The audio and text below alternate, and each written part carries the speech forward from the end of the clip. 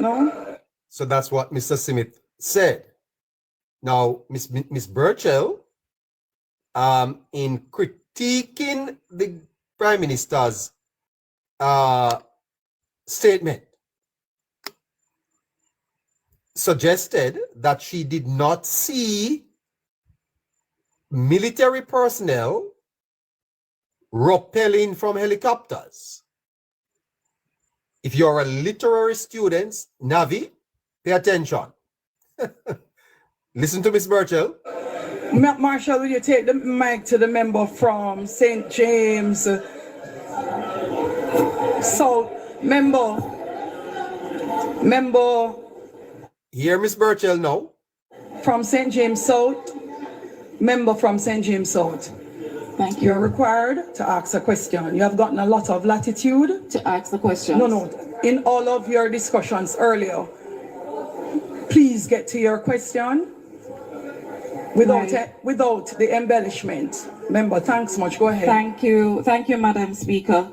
Most of us appreciate English language and understand similes and metaphor, but you'll get there. No, Madam Speaker.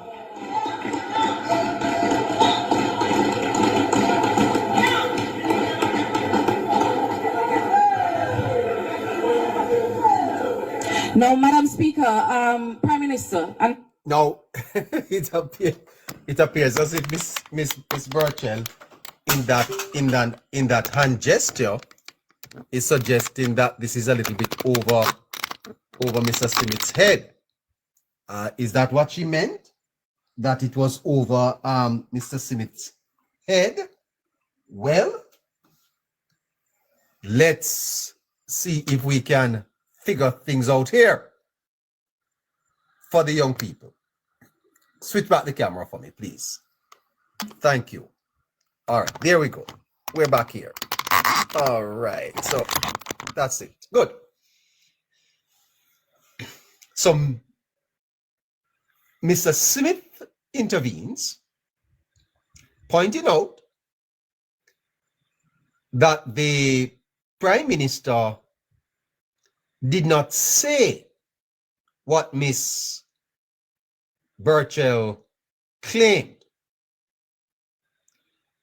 And Miss Burchell responded by saying, most of us appreciate similes and metaphors, implying that Mr. Smith is pedantic and he doesn't understand figurative language.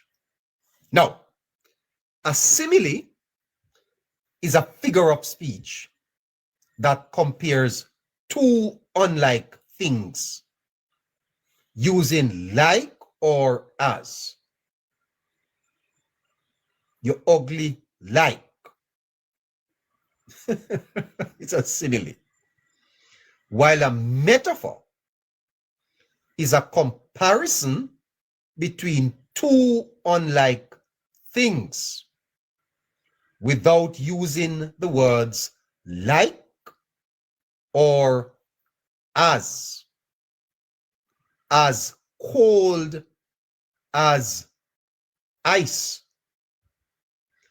In this context, Miss Burchell's statement about military precision and rappelling down from ropes could be seen as a metaphorical expression to illustrate her point about the government's response. However, the problem is that Miss Burchell's statement was presented as a factual critique rather than a clear rhetorical question or argument. And so when Mr. Smith pointed out that the Prime Minister didn't say what Miss Burchell claimed, Miss Burchell's response came across as dismissive. Now, in parliamentary proceedings, it is essential to be clear and accurate when asking questions and making statements. While similes and metaphors can be useful tools for illustration, they can also be misrepresented or used to mislead. In this case, Miss Burchell's use of metaphorical language seems to have caused confusion, and her response to Simith's intervention only added to the confusion. I'm only doing this, you see, for the students because no one else in Jamaica will do it. I hope I'm not boring you. Based on the exchange, it seems that Burchell's rant could be seen as slightly arrogant, as she appears to be more interested in winning the argument than engaging in a dialogue. However, it is also possible to interpret her response as an attempt to stand up.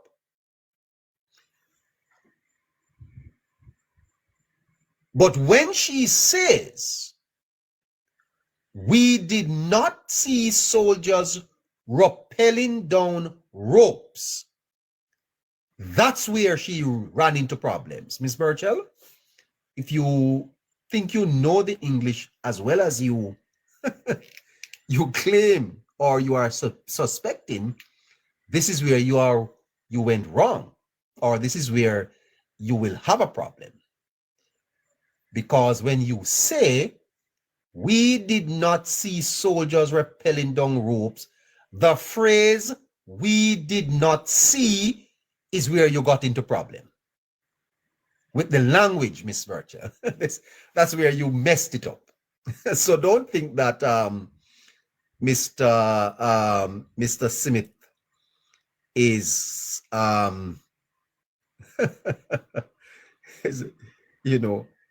did not have a point. That's where you kind of messed it up there, ma'am, when you went there.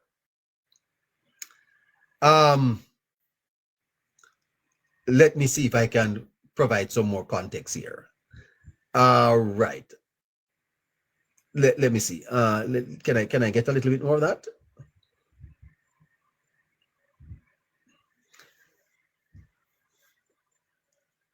Literally, you erred, Miss B. "We did not see" is not metaphorical, nor is it a simile. It is a factual statement. When you say "we did not see," that is literal. It is neither metaphorical or a simile.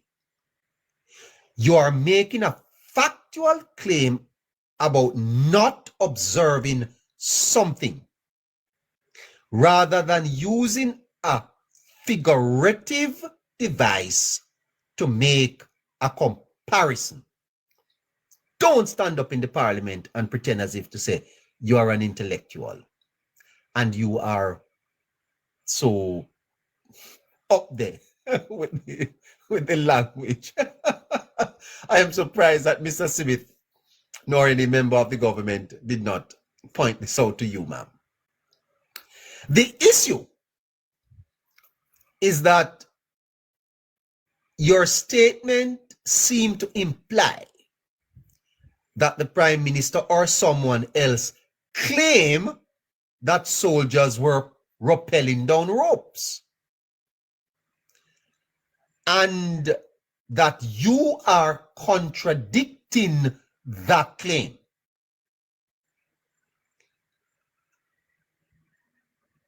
That's why Member Simith objected. For he, sitting and listening to you, walked away with that interpretation. The rub of the objection seemed to be that Miss Burchell is misrepresenting or misinterpreting the Prime Minister's words. And Smith is calling her out for it. Your response about similes and metaphors seem like an attempt to deflect the criticism and imply that Smith is being overly pedantic, that Smith no understand, and you no understand the literary error that you are making. So while you are trying to use rhetorical language to make a point, the statement came across as factual, and Mr. Smith was correct to object about the accuracy of that claim. I'll give you one more point. If someone was not present in the parliament when the Prime Minister spoke and only arrived to hear Ms. Nikisha Burchell's question, they might have inferred from the question that soldiers were rappelling down ropes, that the Prime Minister had claimed that soldiers were indeed rappelling down ropes. In this case, the listener might not necessarily know that Burchell is making an interpretation or characterization of the PM's word. They might not be entirely accurate. This, therefore, highlights the importance of context and clarity in communication, especially in the parliament. Given this, it is possible that Mr. Smith's objection is not just about the use of Ms. Burchell's language, but also about ensuring that the record is accurate and that the misinterpretations or mischaracterizations are corrected. By pointing out the potential inaccuracy, Smith is trying to clarify the record and provide a more accurate understanding of the Prime Minister's statement. Now, secondly, reports came out of Westmoreland yesterday that 25 people died in eastern Westmoreland.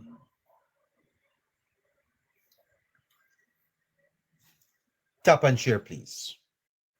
Tap and share. As you join, please tap the screen, everyone, please. Tap the screen, share the live, and support the live goals. All right, yep. Good stuff. How you doing, sir? Want to say a few words there, Gustav? We could go back to Eastern Westmoreland. Let him in for me, please, Caroline.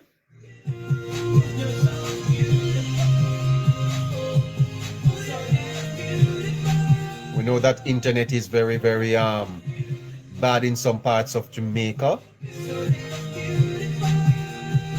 We'll take him.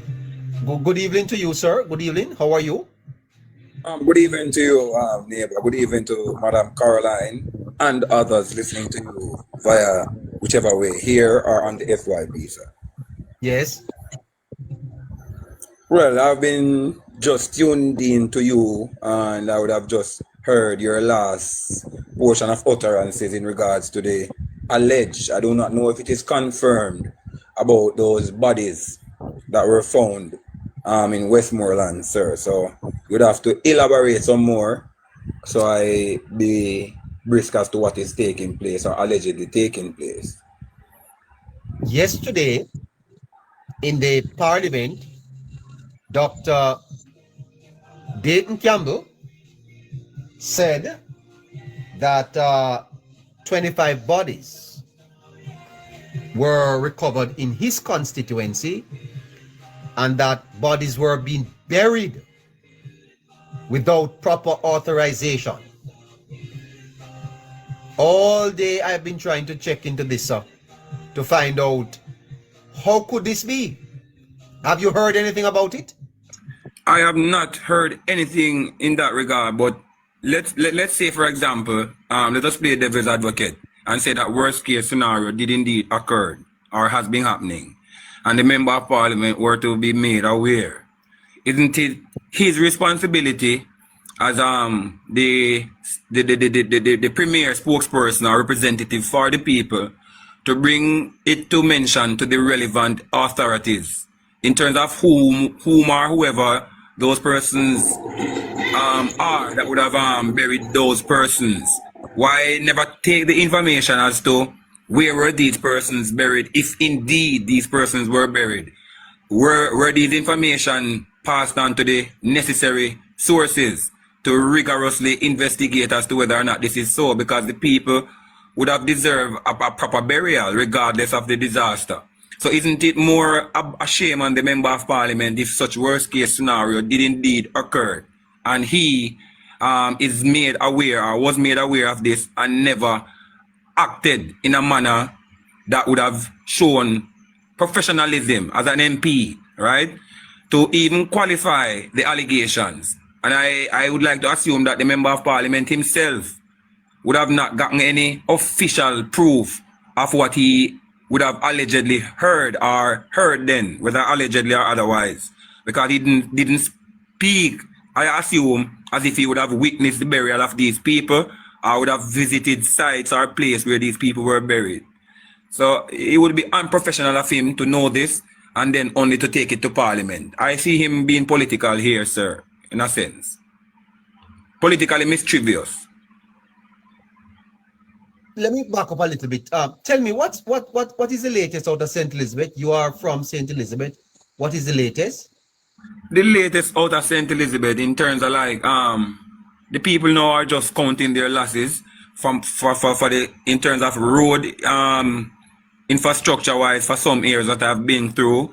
The people have been focused on clearing up these roadways, and where there were single lane access, some of these now have become now two-lane traffic again. So that is good.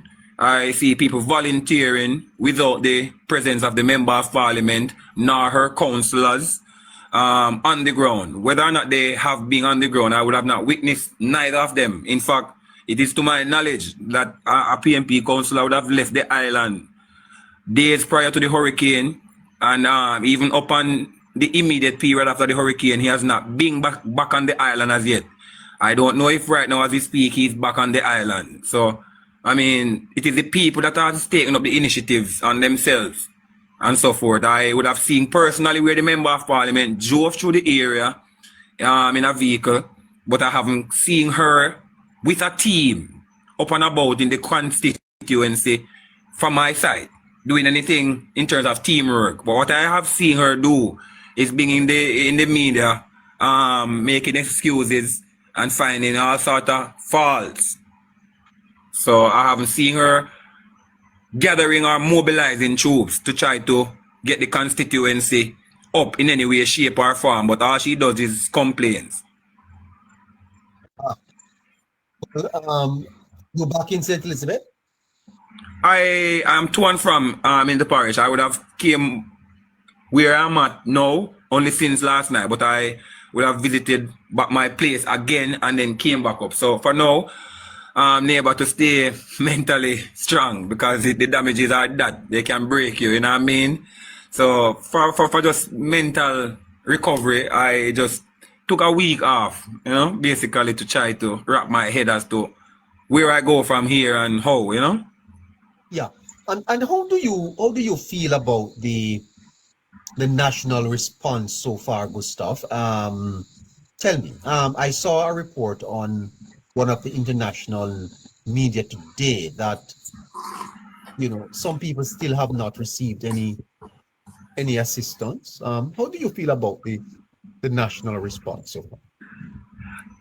Neighbor, I personally, with any irregularities in terms of our and so forth, our inconsistencies where they are, in terms of the response of the government, out of 100, I still, with any of those factors bringing into play, I would score them a big 98% in terms of response, given the time period in which they have responded, the manner in which they have responded, and the mechanism through which they would have used to respond to the people. I have to give them a 98 out of 100. No, neighbor, factors do matter. Now, Jamaica has 14 parishes. Now, of the 14 parishes, the first and the third largest parish was battered by the hurricane, right? And this is by landmass. So obviously, you're talking about parish like St. Anne, St. Elizabeth. These parishes are large in terms of, these are the top 3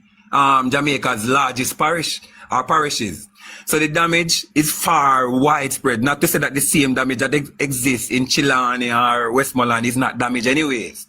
But neighbor, I think the people are being overly critical on the government because of social media, and people have the free will to speak as they like. And also, neighbor, we must also factor culture into mind.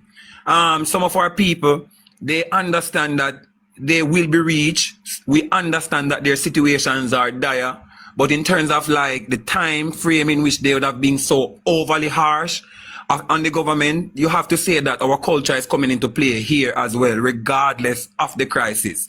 And it is really sad, neighbor, that our people still don't know how, and well, they don't know the time and place for everything, neighbor. We now say the government must not be critiqued if there are any reasons for them to be criticized. But neighbor, given the time period that the people started to criticize the government harshly before the 7 days or so, it was totally unfair on the part of the government by the people that are doing so. The responses in terms of aid are reaching the people gradually, and it is doing so effectively. So the people must be patient, even though the need is dire.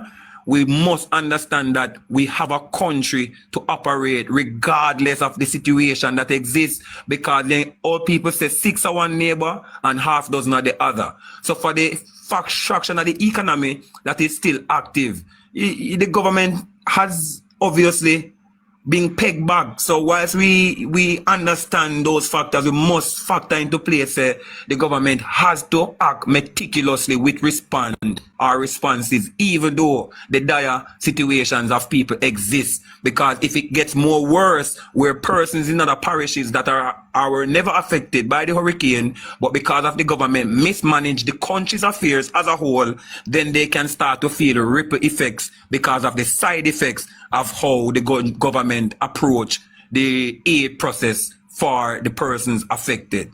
So wonderful in terms of mechanism, processes, and even the time that the government would have reached the people, sir. Is it true though, Gustav, that some people have still not yet received any relief? Could that be possible? Neighbor, it could be possible, and even if that is still a reality, neighbor, come on. You have to understand, say, the processes and the bureaucracy hold it up in the neighbor, but at the same time, who are to get assisted must get assisted through mechanisms that will not exploit the resources. You don't want to just go in and, organize and coordinate persons as to how they go about dispersing resources. You don't want one person be collecting more than he or she deserves at the moment when several others around them would need some of what they're getting in excess. So yes, neighbor, we have to factor culture, because if we do as we like, everybody know how Jamaicans behave when time them have them own way to take up freeness. If you're giving away freeness, a confusion. But the Jamaican thing is, if you ever allow Jamaicans, whether crisis or not crisis, neighbor, to just handle freeness, whether in a crisis or not, as them want, you will see them start to kill all themselves for it. So the mechanism and the coordinating of the processes as to how to disperse this must be done, and any time and assessment must be done, because you have to know what you're addressing. You can't just go out and address and you don't know what are you addressing. These takes time. So that's why I say I understand that the government is acting not to the pace or liking of everyone, but because of my understanding of logics and reality, I still compromisingly understand the government's side of things. So yes, even with that reality where persons are still not getting assistance yet, it is touch and go, neighbor, because yes, you still don't want to just throw the resources of aid in the air. For example, persons are traversing, I would have posted up on a WhatsApp status, saying on the status that if persons are going to volunteer aid in a specific area, they're to do so with what you call it now, police escort or security personnel escort. Why? Because there were reports of a group of persons being held up at gunpoint, and they were taken or robbed of 300,000 worth of aid assistance. Yes, 300,000 worth of aid assistance. So neighbor, therefore, the processes might not be the time. The government processes may not be on the time that the people want, but it will make sure that the resources reach them and it is not exploited, or they are not exploited. So when they do things professional, it takes little time, but at the end of the day, the people will see that it was worth it regardless. So what if we do, neighbor, I show the patriotic side of us. For those that can assist in the immediate areas that they are, try to do so until official aid reach the people. And we too must try to help ourselves even amidst the crisis that we face, because the aids are coming in, but we must try to mobilize ourselves until the aid reaches us. Difficult for enough people, of course, obviously difficult. Water, no electricity. So therefore, it is just touch and go, neighbor. But then again, the government has it covered. That's all I have to say, sir. The response of the opposition has been very surprising. Some people are even suggesting that it has been political. Others are saying that the opposition is pushing for money. The opposition leader at a press conference asked for 50 million per constituency. There's a view in Jamaica that they are really after money. How is the opposition responding? How would you rate that? Neighbor, again, the opposition is playing politics. Why? The opposition has not launched a team to complement the government assessment of damages. All they want is money. So what would you, or what are they planning on addressing with the money? Thin air? What are you planning to address with the money, Mark Golding? Thin air? The government is currently on a process, or in the process, of assessing. So the government has a first-hand knowledge as to what will they need to address, sir. So if you come and you clamor for this money, sir, is that accountability, or are you being politically mischievous? Why? Prior to you wanting the money, what are the grounds on which you are demanding the money? Don't come with the obvious, sir. Do not come with the obvious. Come with in terms of assessment figures. How has your member of parliament suffered in terms of figures? For example, he could have said, oh, my member of parliament here in wherever part of Westmoreland probably seems to have an estimated damage assessment showing a figure of $30 million are up, whilst on the other hand, my other member of parliament on the other side has a great damage, but not to the extent in the same figure. That's how you can recognize that, oh, he's not all about money, and mismanagement of the money, if you even were to be allocated the money. Why? Because you have not stated to the people What are you clamoring for the money for, sir? Don't come with the cliche of zinc and boards. What mechanism have you launched as a PMP in terms of your mobilizing your member of parliaments? How will they assist and utilize resources if they were to be allocated? That's how you make a clamor for those type of state funding, sir. You don't just come into thin air, $50 million. For why? You understand me? But anyways, that's just my opinion still. But what role have they been playing so far, Gustav? How do you see them playing a role here? All right. Where the people would have confused themselves already because of a lack of understanding, the PMP would have added to that by gaslighting the people and riling them up, playing upon the ignorance that they're putting out on social media and adding fuel to the fire of the ignorance of the people. So I would have said that, look, they have not responded patriotically on the behalf of the people, though they speak eloquent on their personal behalf in terms of patriotically representing the people, sir. They have not came across, in my interpretation, as patriotically lobbying or clamoring for the people, sir. It may appear that way to some, not to me, sir. You are saying to me that in this time of crisis, the opposition has not come across as being patriotic? Not at all, sir. They have came across as PMP, not patriotic Jamaicans. And we are out of the political season. This is a crisis. And they are still coming off as PMP. They are not coming off. Look, they have come across as PNP.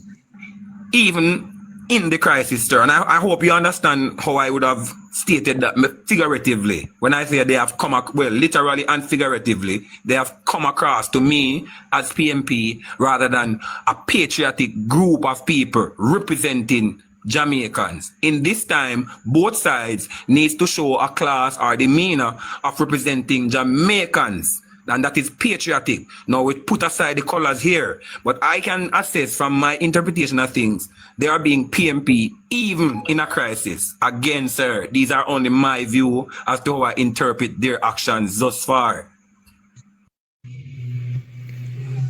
But that's a scathing criticism of the PNP, Gustav, to suggest that right now they are being PNP in a crisis. Wow. Yes, sir. And the JLP are being patriotic while the PMP are being PMP. Big difference. Wow. Oh my goodness. In terms of the recovery, Gustav, a long road ahead, you think? And it is even more longer if the people continue to show this high volume of ignorance in the society, sir, because it will deny them or it will not allow them to participate patriotically when time a fraction of government is representing them as PMP and not patriotically.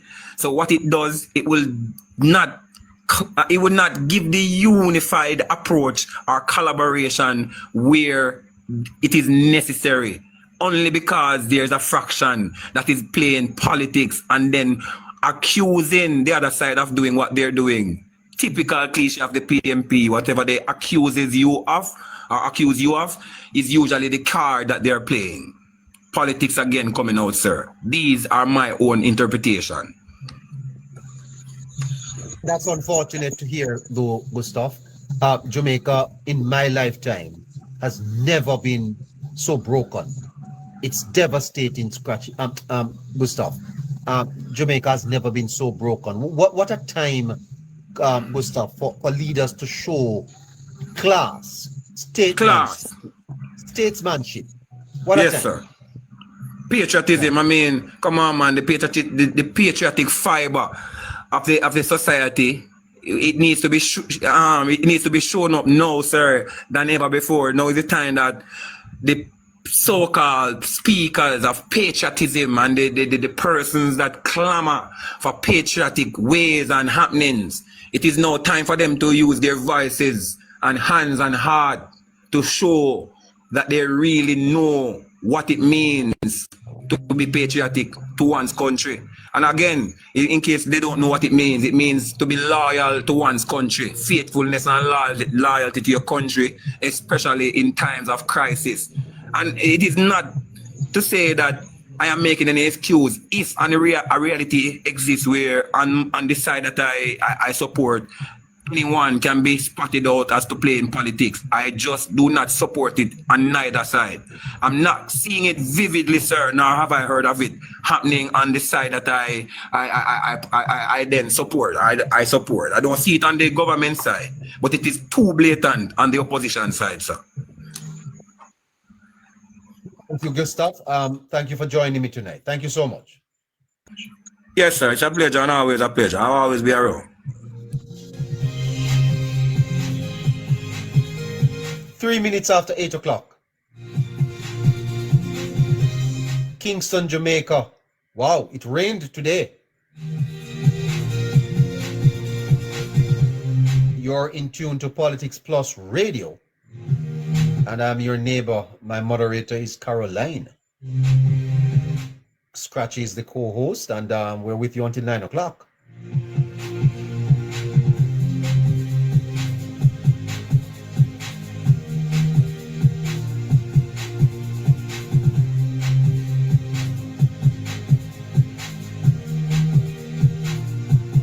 Sandra Green Tea, how you doing? Would have a nice cup of Milo right now. Milo tea. Oh, I like Milo.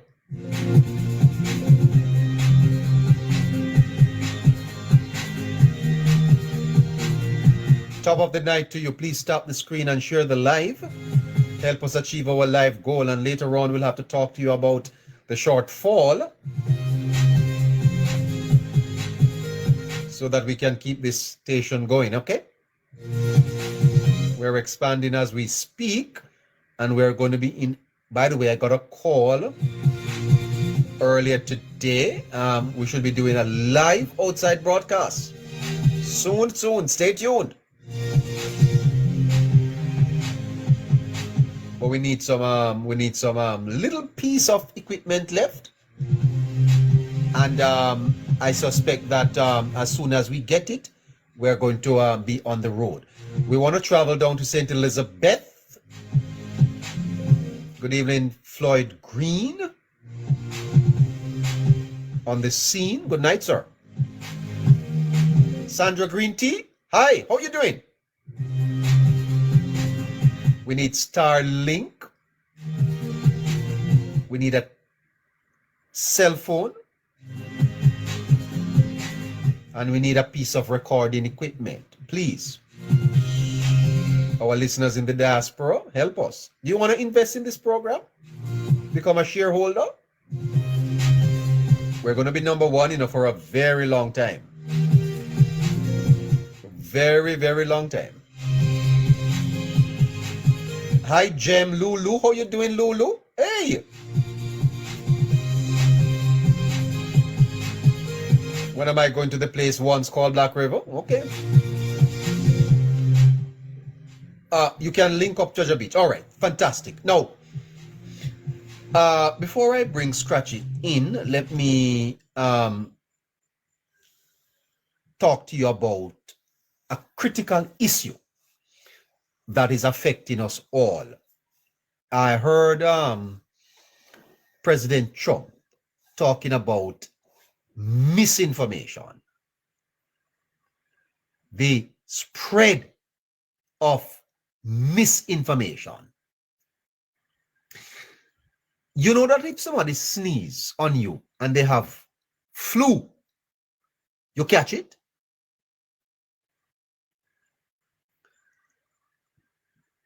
Misinformation is affecting this democracy. And we are going to need legislation to mitigate against its devastating effect. Pardon me when I tell you, and my language is no disrespect, that I never know say, I saw summer week, fool. That's old time people say, fool. There seem to be thousands of Jamaicans that don't have no sense. They don't have a sense.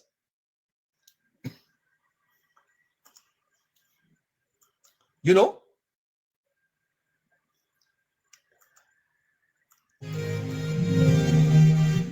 If I were Prime Minister, I would have sent them back to school. You have to go back to school, man. No, sir.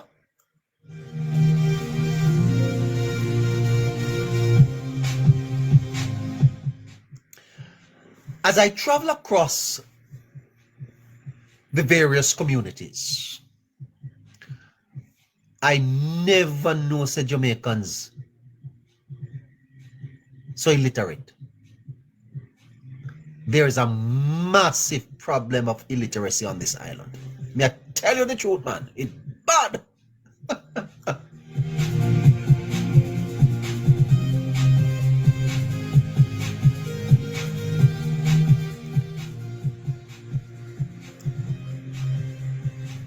Oh, my battery. Hold on. My battery's... I'm running out of battery. I'm running out of charge. My goodness gracious me. Misinformation is hurting the country.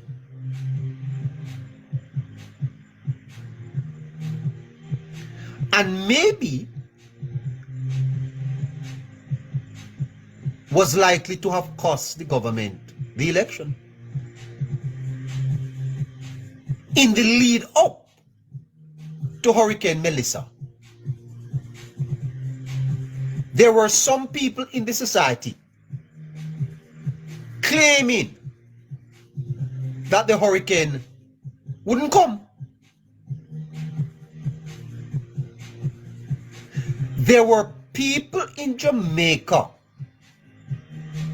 telling people that no hurricane now come.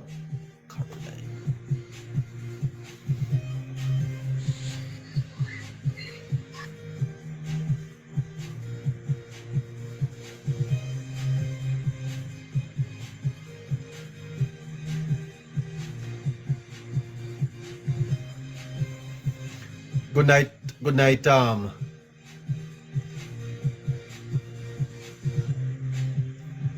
Good night, neighbor. Good night, sir. How are you? I'm doing fine, thank you. How are you? Good Not night, doing good bad at night, all. Scratchy. Good night, Caroline. Blessed night, Casey. Blessed Caroline and Neighbour and the viewers. Hey, Casey, what's on your mind, love? Yes, a lot is on my mind, neighbor. A whole lot. I can just pick a topic. Go And ahead. again, I want to shout out to the Jamaican people and big them up for their strength and resilience. I like how most, if not every Jamaican are on board and are focused on building back the country. And I want to say condolences again to all the people out there who have lost loved one, because life matters. Life trumps everything. Yeah, and we understand that we have lost too many lives, and more loss of life is said to be announced. But neighbor, Yes, sir. on the other hand, we had a Category 5 hurricane. Yes. We never have one before, and it have devastated the island, the entire island, some place more than some. Everybody is stressed and traumatized. Some are suffering, some are marooned as we speak. And for some reason, other things is sometimes taking the spotlight, the headlines, like politics and apparent bias and silly notions from misinformation Yes. and exploitation of the intellectually deprived Yes. by the intellectually dishonest is our biggest problem. So hold on now. Let me hear you say that again. Let me see if I can figure it out. Go again with that statement.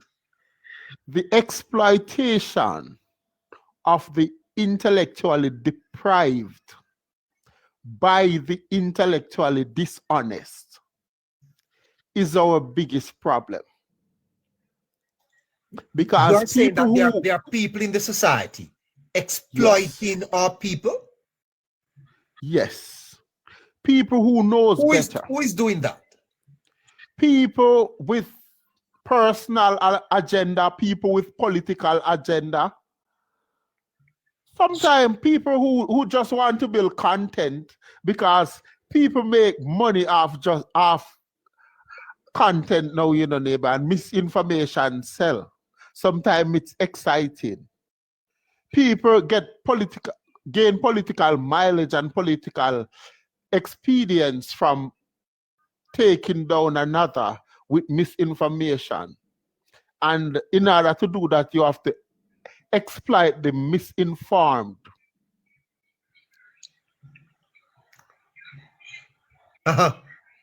Yes. And they're at it again. They've been at it. Another thing. Let me ask you a question, Casey. The country today is going through a crisis. To what extent do you think that there has to be a position taken by the government to ensure that the misinformation is cauterized? It is hurting the society, Casey. Yes, neighbor, and it causing panic and lack of confidence left, right, and center. But can we afford this, Casey, at this time? Can we really afford to be I know you're a man on the street, and I can tell you, Casey, when I go into the shops, when I go into the market, the conversation is appalling. The misinformation is on the street, Casey. People are confused. Today, I heard a lady telling me that Andrew Holness caused the storm.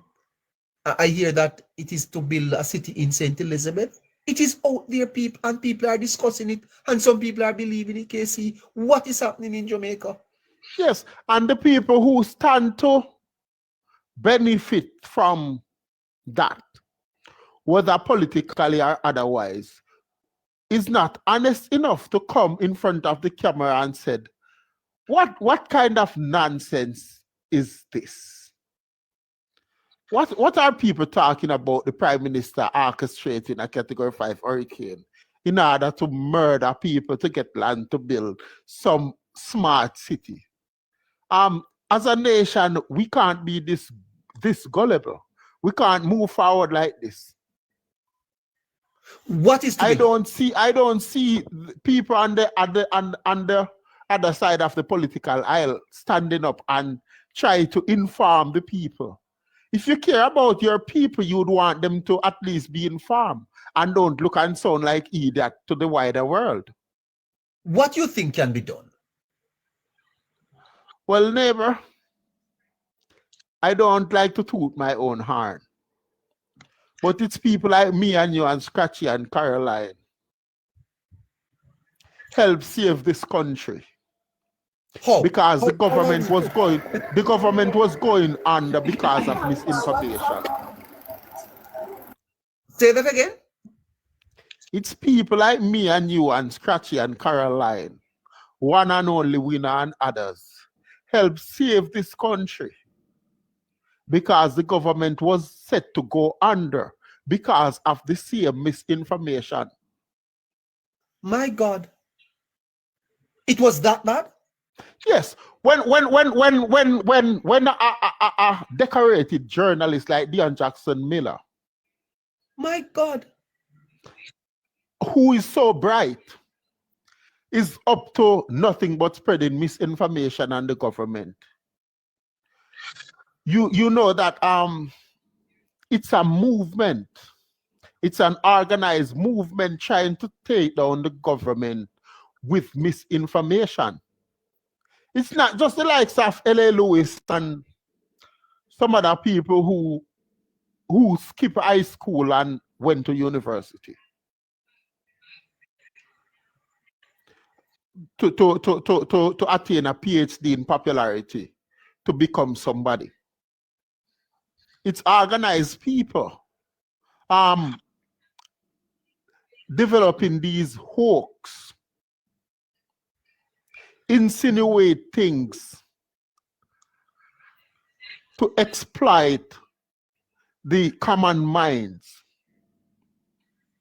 because they benefit from the various innuendos that is being spewed.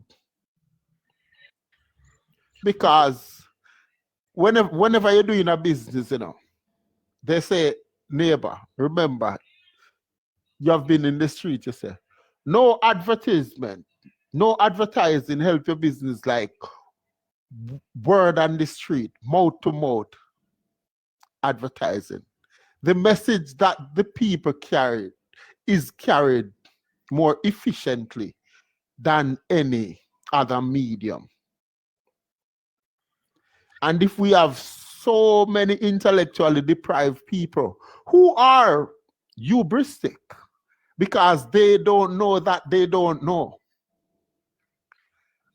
and they already have a preconceived notion because their mind are filled with lies, organized lies that are on social media and everywhere they go. So they then think they are educated. They then back themselves as being intelligent. Yes, they are very intelligent because intelligent is, in a sense, information. No, Casey. Here we are in a disaster, in a crisis, and information at this point, Casey, is very critical, not only to accessing assistance. Before you ask your question, because I don't like to then insinuate things or say things to people without basis, because I mentioned Deon Jackson Miller. And why I said Deon Jackson Miller, and I didn't back down in saying Deon Jackson Miller. I catch her about 15 times. She would ask questions, whether it is in national debate or press conferences. Here's how she spread information. In asking her question, she said, like, the state of the country's economy is diabolic. People are suffering, people are hungry. That's how she started her question, with 2 or 3 statements to make the government look bad, and then she follow up by asking the question. That's how she make her curveball. So people say she asks tough questions, but what she actually does is make untrue statement, 2 or 3 untrue statements in front of her question.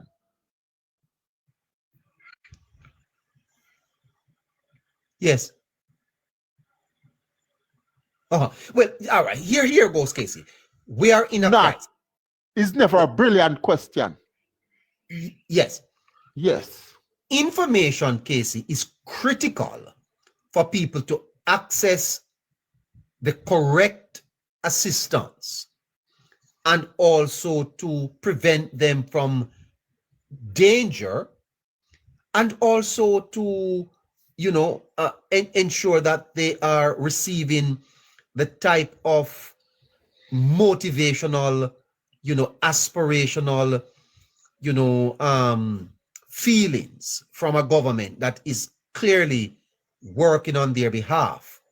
But Casey, out of Westmoreland yesterday, we have the member of parliament saying 25 people died. Is that correct? Is that a factual piece of I information? don't know if it's incorrect or not. I know it's not proven. It's not proven. Yes, but if Maybe it is he not, has information that amount of people but if it is not died in proven, his constituency because maybe they are in Maroon district. Don't lie. He is lying. I made mention of that last night, and Scratchy was explaining maybe it's unofficial because maybe the bodies have not yet been identified or the people are still marooned, so the official haven't gotten to them, but because he's the member of parliament, he has such information.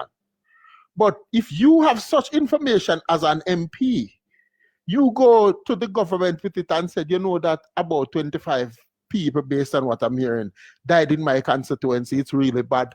Let's see how we can get cross and get them some help immediately because it's dire down there.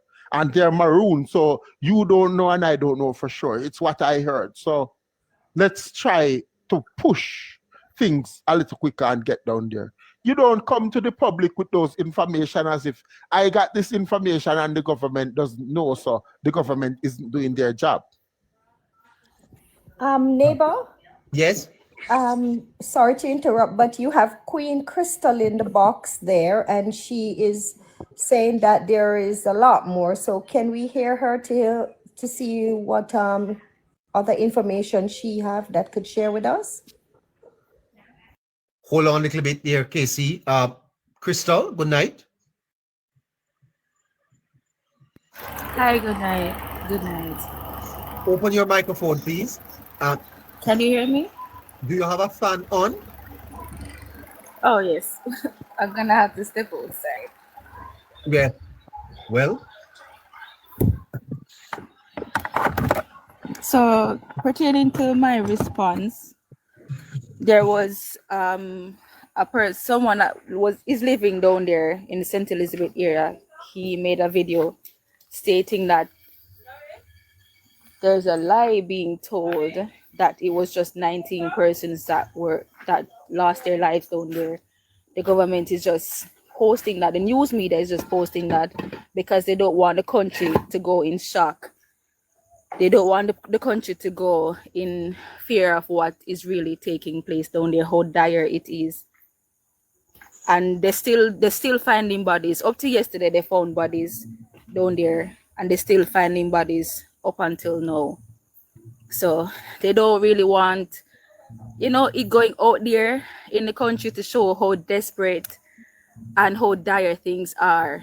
And pertaining to what Casey is saying, we have to not look hold on, too Crystal. much. Crystal, hold on. A Category 5 hurricane unaliving 41 people, in my view, is a miracle. Exactly. So why would the government want to not disclose the deaths? Because 41 seems very low. It wouldn't be the government that unalive them. But even to add to that, to what not to cut your queen, but even to add to that, neighbor, if there are 50 families, say for example in St. Elizabeth, who lost a family member, neighbor, funeral will have to keep for those 50 persons, neighbor. Can the government hide that? Can the government hide that, neighbor? If I live hold on. If I live in Kingston and I have a family member who passed, neighbor, in St. Elizabeth, and I reach out and I attend that funeral, can the government hide that? Yes. No. So how can the government hide how many persons are? No, the government can't hide bodies. They can't. The more persons, neighbor, not hold on, Queen, not to say want to seek any form of benefit from persons misfortunate who lost their life, but wouldn't neighbor hide that toll, even grant the government more aid and more support, neighbor, going forward? Correct. So I don't see why the government will be hiding anybody. Well, I have to rely on the figures that I get from the government, sir. Neighbor, we have to understand, neighbor, there's a process, neighbor, in declaring about someone, a body, neighbor, dead. There's a process that we have to follow, neighbor.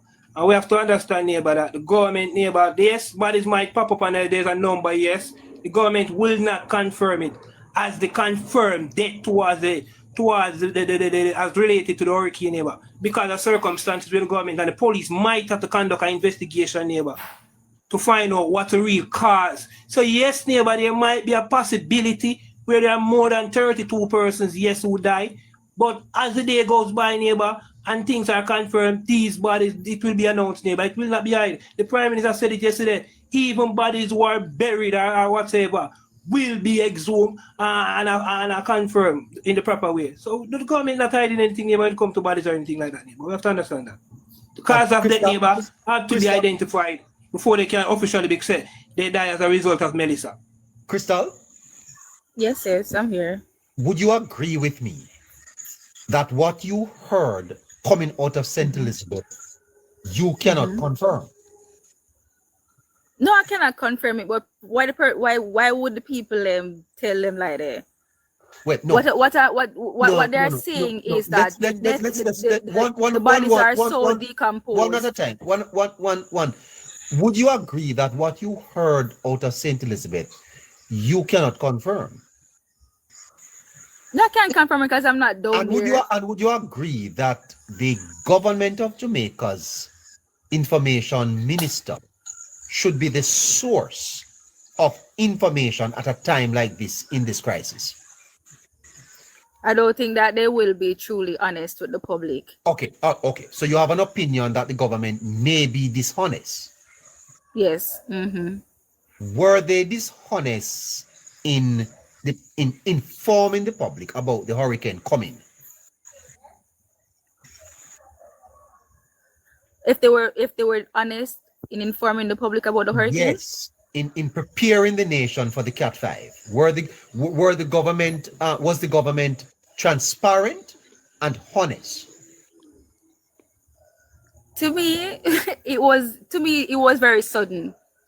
The country didn't have enough time to prepare for that hurricane. No, man, come. No, you live here, Crystal.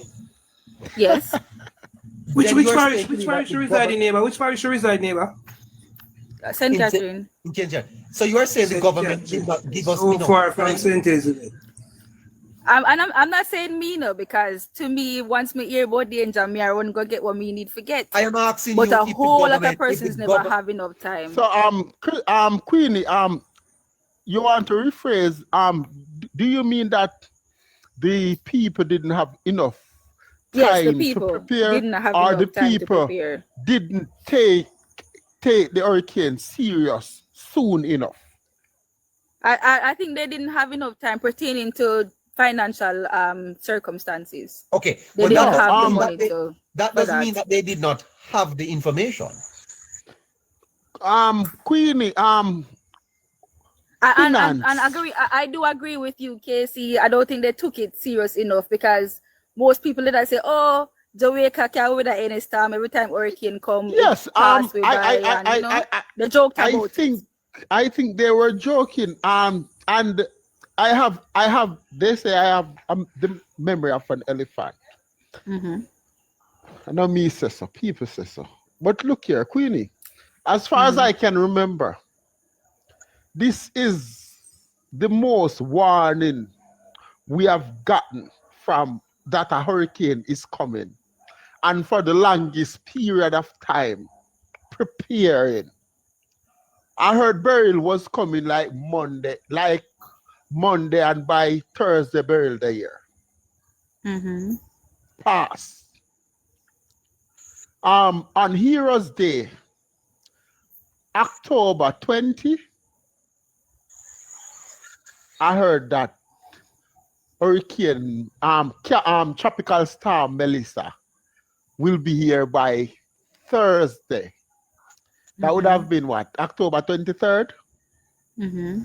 And when did Hurricane Melissa? The 23rd would have been Saturday. The 24th was the Sunday. Wait there. October 20 was a Monday. Right? That was Heroes Day, right, neighbor? Yes. Yes. So the 23rd would have been the Thursday. Am I missing something here? Okay. Somebody help me out.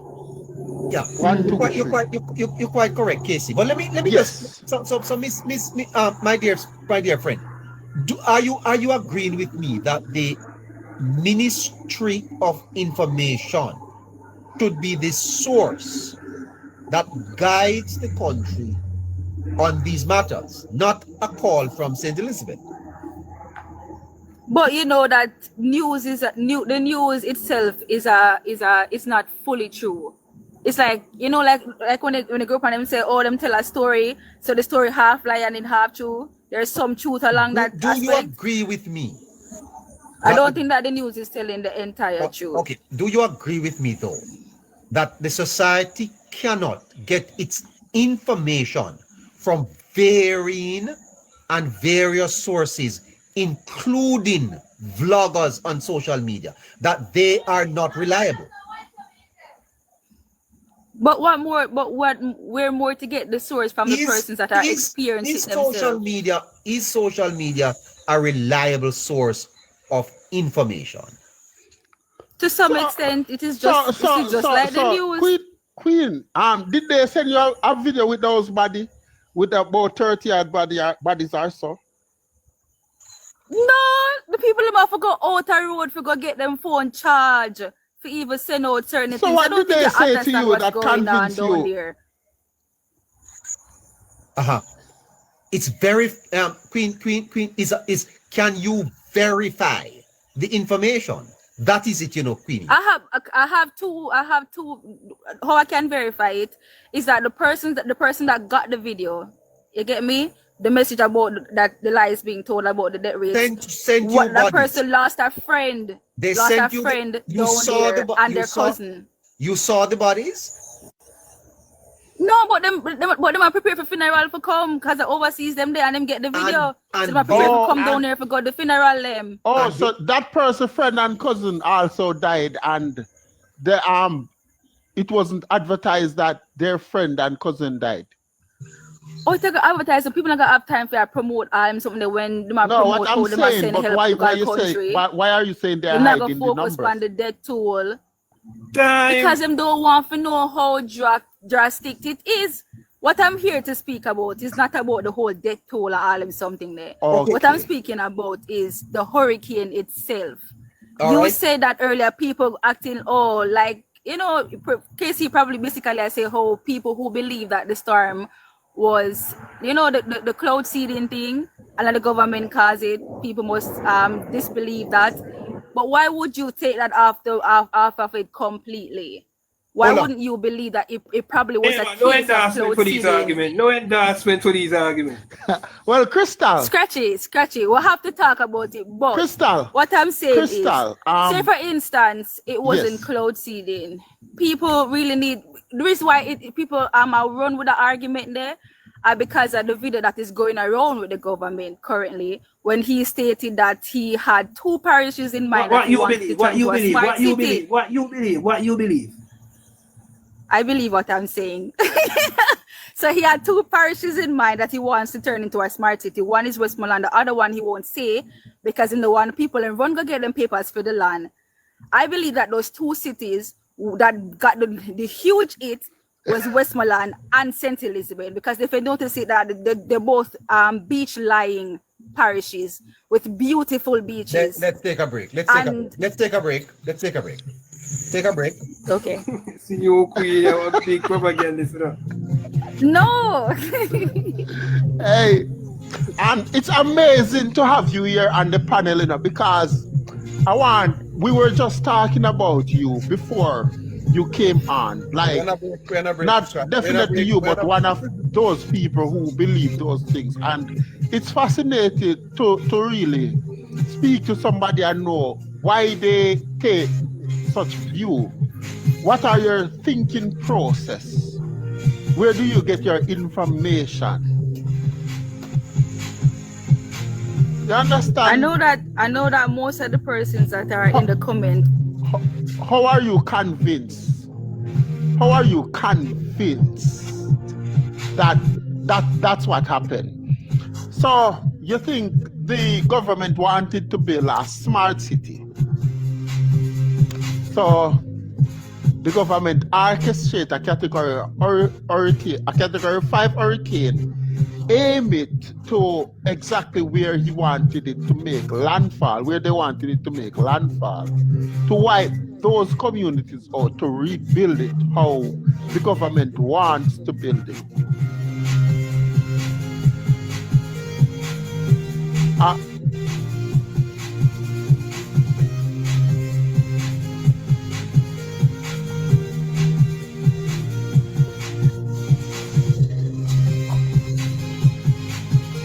You know, any One second, Casey.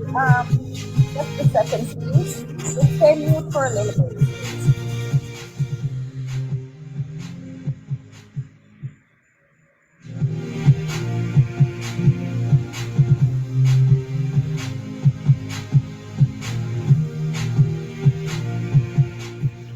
All right. So we're back. Hold on. Listen. We're going to end the conversation on cloud seeding, and we're going to, okay, hear me. We're going to end the conversation about cloud seeding and all of that, and speak of things that we can verify. We are not going to be contributing to misinformation and absurdities. All right, no, because that adds nothing to getting people to appreciate what is happening in our country. I think we will have to move on from this, because I think that it devalues the show.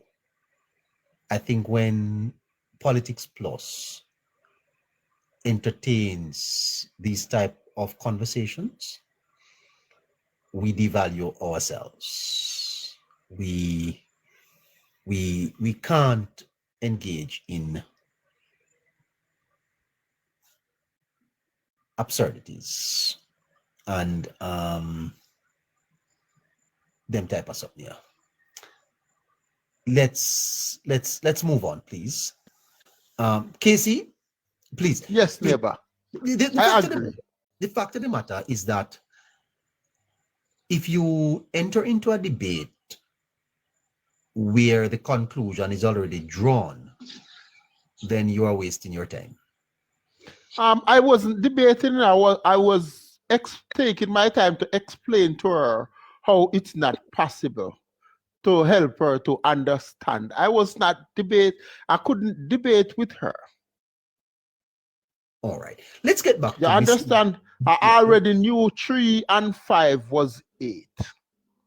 I was going to just count to 8, separate them, let she count to 3, and then let help her at the 5.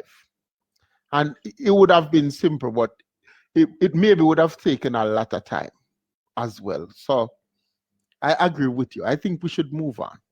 Yes. All right. The before the hurricane, Casey, there were people in the society saying the hurricane was not gonna come. Since the hurricane came, and there are persons saying other things that are. Casey, is there not have we not arrived at a time to look at some form of legislation, some discussion about how we are going to manage information in this 21st century, examining the risk to the democracy? Have we not come to a point where we need to do something about it? The thing in the neighbor, the information now, it's kind of like the free market economy, where we don't have price control anymore. because a man is allowed to sell his goods for whatever he wants. So that's how the information thing go. Because there's social media. It's unregulated, Casey. Yes. Nothing can be done. Reason why. There's social media now that a lot of people live off social media. And people will make the videos even about other people or insinuate things about people. Don't come out too clear, just be vague and make money from that. People who are in different industries now, like politics, will use those medium and pay people to do those things for them. And that's where you ever hear they say you can't eat a cake and have it? Yeah. Hold on quick, Casey. Scratchy. Yes, Neighbour. What happened in Canada? Could you do this in Canada? Do what? Beyond TikTok, spreading misinformation. No, Canada have strict social media rules in the Neighbour. As I told you before, Neighbour, we can't even see the regular news on our social media feed that are down there in Jamaica or anywhere in the world. You know, Canada have a very strict social media rules, Neighbour. And especially, Neighbour, in the disaster risk management act that we were talking about, Neighbour, earlier, and it also provides the government, Neighbour, with the power, Neighbour, to charge these persons up to $1 million 1 year in jail who spread this misinformation about disasters, Neighbour. But again, Neighbour, it will look away now for the Prime Minister to activate that and go around locking up people. Yesterday, the Prime Minister this and the Prime Minister that. And this is where I tell you, Neighbour, that sometimes I think some of these agencies fail us, Neighbour. Because some of these things don't need, I think the citizens need to understand and know these things, Neighbour. But the pronouncement don't have to come from politicians, Neighbour. When you look at an organization, we have like Bar Association of Jamaica, Neighbour. We have the police, we have the Jamaica Constabulary Force, we have the Chief Justice.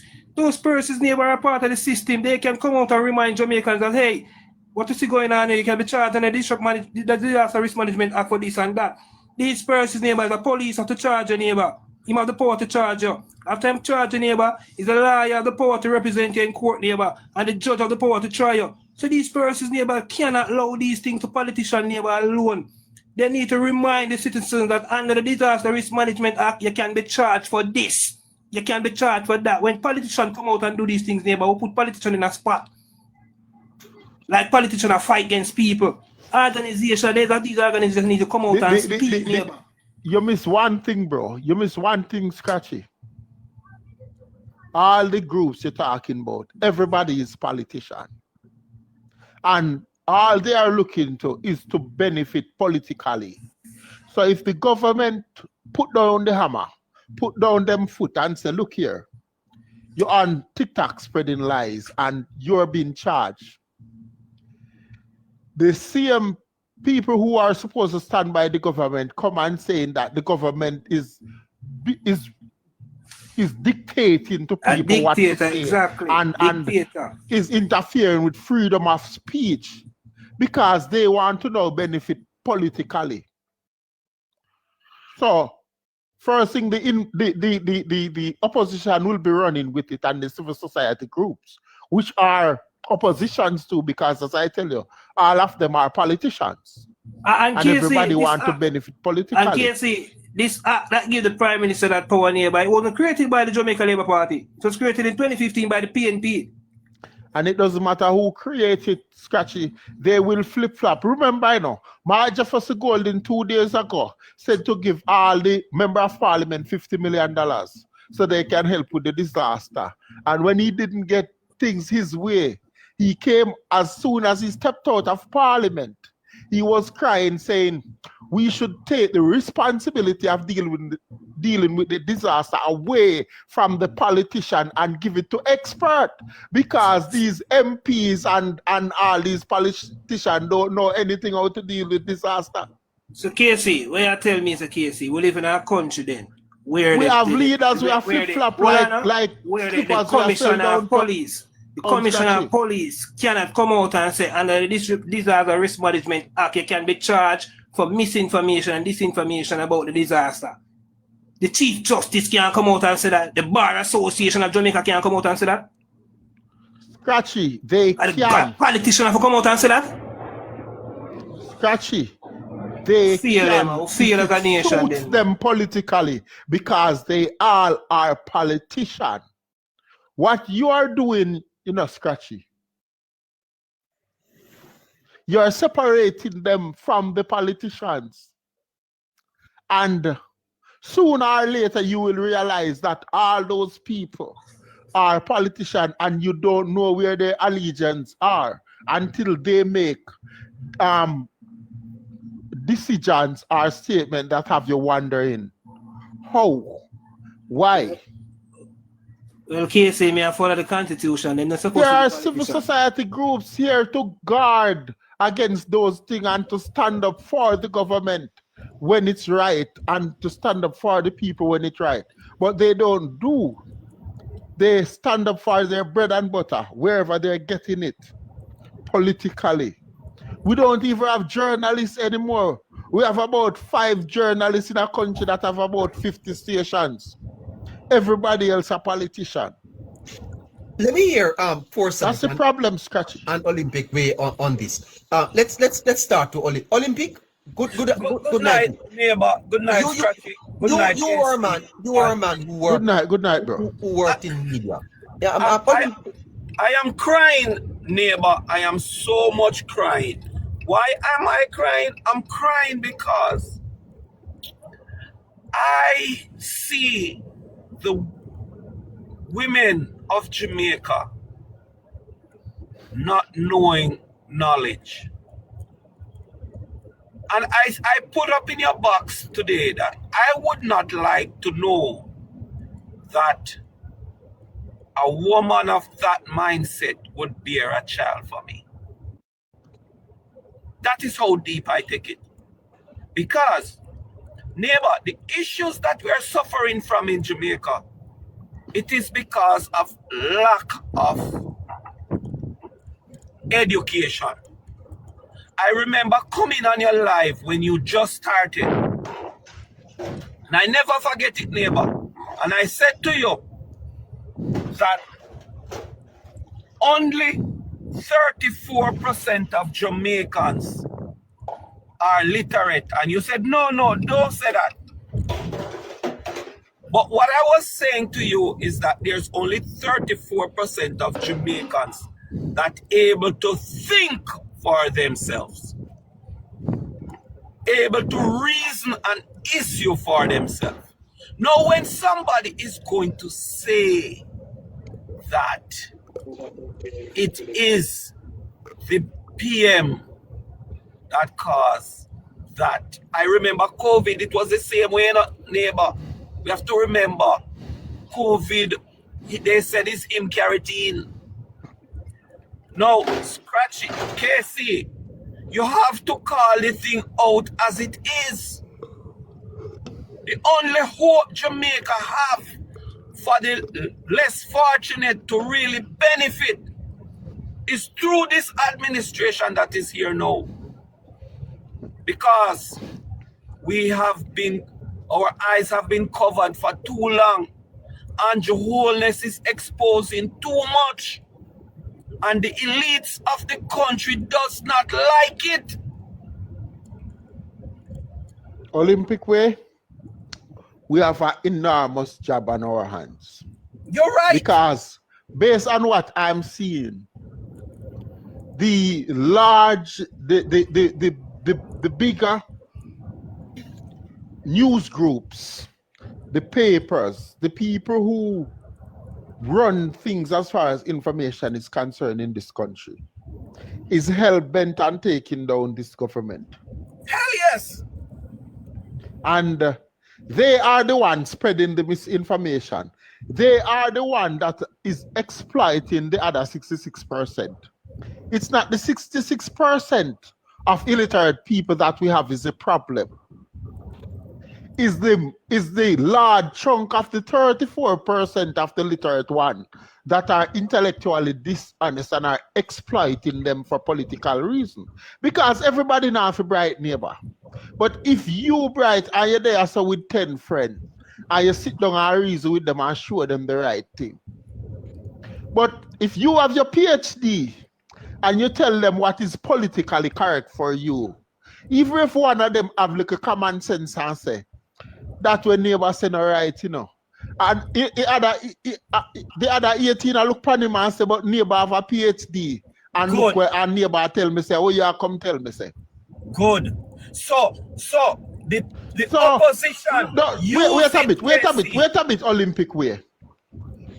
When people like the opposition leader who is well educated don't make a video or make a press conference and say, we are one Jamaica. I see people posting things. I see bloggers that say they represent my party talking about the Prime Minister orchestrate a Category 5 hurricane to build a smart city. Come on. We are smarter people than this. Stop this nonsense. Be a man. Don't let those things run. So, people are talking about the people who are running with stupidity about the government orchestrating a hurricane. The problem is the people who orchestrate those innuendo to exploit the illiterate people who will run with anything they get to run with.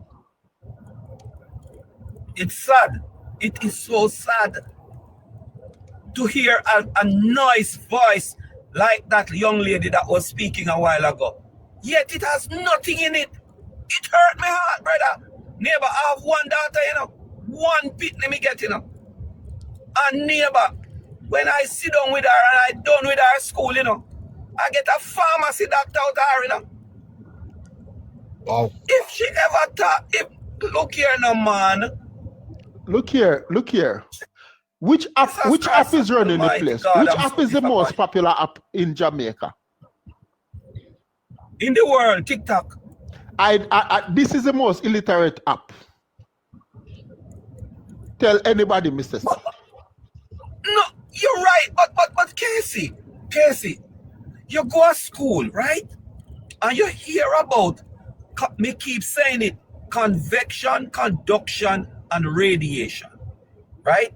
Those three things. You learn about how plants grow. You learn about storms. And God Almighty, you're going to tell me that these people don't believe in God, that they are going to come here, neighbor, and tell you that a simple man, we can dead just like every one of us, create a hurricane? My God. No, man. No, man. Olympic way. Satan take over the place, man. Olympic way. This country are gonna have it harder. Because when I see beautiful girl like that, because the thing with a woman, you know, sometimes a man see a woman, you know, and when you have her for a while before you start hear her, and sometimes by you start by when you look on them pretty woman, by you start hear them, you gone left them as single mother. Casey, don't talk it in that height above the local people, the normal man head. Talk it straight, Casey. Get down to ground with it. Make the little man can understand. A lot of go back to square and make we understand what we are suffer from. That a lot of men who live after them go get a child with a woman, Casey. And after them start reason with her, give her money for spend. Then realize say a shell a walk. A shell. And that is the problem. Why we have so much. A shell. You give her money for spend, she don't know. You ask her some basic things, she don't know. Then God Almighty, the pitney are going to suffer. Because when you and they'll comment a man too. And it's not a man thing. It's not a gender thing we're saying, you know. You're right. Whoever said we're dealing with a situation. Also. But they're right. But you look here. You see at this time, and me no want, I have a high regard for woman, you know. Even when a man can talk foolishness and with the way the society are run, when a woman is not allowed, because most of the time she have the pitney around her, you know, and that is who she go grow, you know. Now a mother like that telling her kid that yes, the prime minister do it, and him do it, then how can she go back and tell that child that God is a supreme being over everybody? How can she say that nature is real? How can she say that if you put a piece in soil, you can watch it grow? How can she say that? No, man.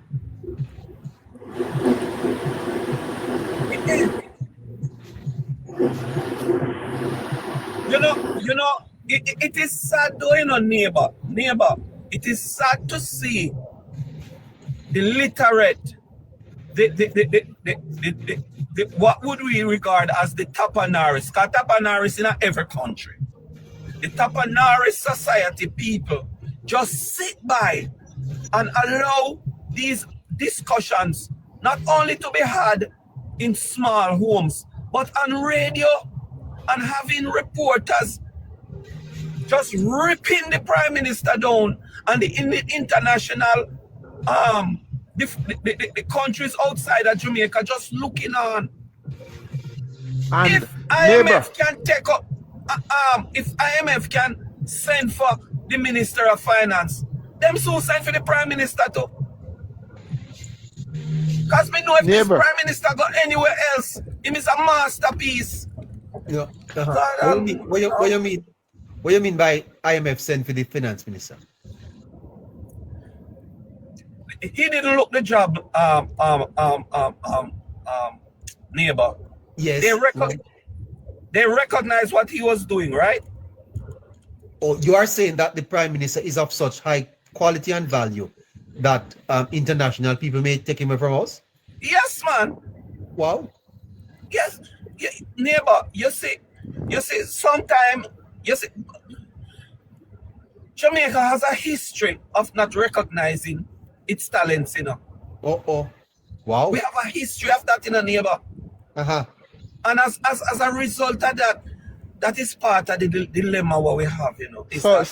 So neighbor, you didn't know that before the Queen died, the Queen wanted to change the rules so Andrew Holness can be next King of England. Jesus Christ, you see. You don't know what with that, man. Wow. I didn't know that. Oh my God, no matter with that. Hold on there, Ollie. Do your research tomorrow. Hold on. Yes, I will. Do we have a caller? Good night to you, ma'am.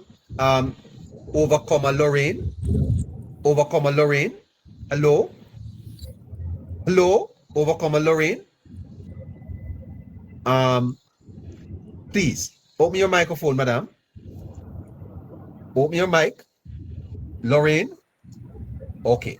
I don't think she's good night. I'm sorry. I'm sorry. I didn't send any requests. Sorry about that. I'm just listening and enjoying the program. Well, you can enjoy it a little bit more if you just help us a little bit more. How are you doing? I'm doing great. Can't complain. Can't complain. Are you in Jamaica? I'm currently living in the Bahamas. A little over 5 years now. Wow, in the Bahamas. And we are challenged tonight with the whole matter of misinformation, ma'am, and how it is the potential damage that it can do to us as a society. Do you agree that we probably will need to find some way of mitigating against this? It's a problem here in Jamaica. It's a disgrace. A disgrace. Yes, because everyone, the attention right now is on Jamaica. Everybody's eyes are actually on Jamaica. And for us as a people, being basically, the terms that they used to use, crab in a barrel. Yes, that is one of the things that they are doing. They are being crab in a barrel. They are also being dumb. They say one fool make many, and they are not independent thinkers.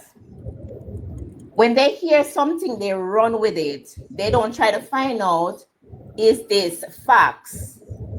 Or even say, does this make sense? Because something going on your ear and you said, this makes sense? What am I saying? If it doesn't make any sense, why run with it? So it's basically a disgrace at the moment. I saw a video with the overseas. I'm not sure what his rank is, but he's a soldier. Let me just put it there because I'm not sure what his rank is. And he was pleading to the people to unite. And I felt so bad because I'm like, persons come to help you and they have to be begging you to behave yourself. I saw it too, ma'am. I am overseas when I saw it. They have to be begging you to behave yourself. And, you know, I'm 40 years old, July gone, and I have never voted before, right? No? No, because with all honesty, I didn't see what to vote for. You know, it was just be a tax, and then they don't know what the tax money went to, and then there was just money being borrowed, and, you know, project start and didn't finish. So it didn't really make any sense. I wasn't convincing about it. However, I have been following closely with the Honorable Holness, and I am really impressed, and I was so excited, and I was like, man, if we're there at Jamaica, I'm gonna have to vote. You know, because when somebody is for you, why are you so blind that you cannot see that this person is for you? I am very sensitive to energy, and this man does not give me any negative energy. You could see the pure love that he has for the country. Hold on, you as a female, you can sense the energy from a man. Yes, you can sense the energy, not just from a man. Being bad energy is easily picked up. Yeah. And he's not giving that bad energy. This is not a man who cares for just one person. This is a man who comes to deliver the people them. But one of the things I realized, they remind me of the Egyptian, the Israelites. Yes. When they left Egypt, their bodies left, but their mind was still trapped in Egypt. They did not know how to communicate. They did not know how to behave themselves. They did not know how to ask for something without rebelling, complaining. And that is why they never lived. The older set died out. They never lived to go in the promised land because they had no faith. And they were ganging up against Moses. And Moses came to deliver. Moses never did look. Go to God and say, God, send me down to Egypt. You know, he didn't. Moses was chosen. And so is the Honorable Holness. He comes to deliver the people, to help the people, to give them opportunities. Can you believe the minimum wage leave from 6,000 something for much in years? It was there till 16 something now. And he has the plans to get it to 32. Why would somebody want to do all of that for you and then come and destroy what the man worked so hard to build? For what? For what? You know what they say about common sense, Lorraine? No. It's not common. It's not common at all. It's not common. And you give us hope because you sure we say beautiful girl still can have beautiful mind. We almost lost hope tonight. Yes, very intelligent too. It's July she born, you know, like me, you know, neighbor. So she's very intelligent. I'm telling you. You know, from I was very godly too. You born July? Yeah, man. Overcomer? Yes, sir. The 29th to be exact. You say you're a lady that can sense energy from men. Can you sense Olympic Ways energy? Him and Casey and Scratchy. Which one of them have the best energy? You know, when Mr. Olympic came on, you could hear the Passion. sincerity in his voice. You could hear the passion. You could hear the concern. All right, And so there when we are talk, 4 men. There are 4 men on the platform tonight. You have myself, Scratchy, Casey, and Olympic Way. Which of us have the best energy? Why you listen, setting up the lady? everyone is different in their own way. Yes, but Very if smart. you were to recommend one of us, which one of us have the best energy? Well, listen, this is your program, so I'll give it to you because I want to come back. I don't want you black. Wow. Smart woman, very smart woman, neighbor. Eat your heart out, boy. Eat your heart out. No, I have never been a social media person, but however, since the passing of Melissa, I mean, since the announcement and the constant announcement of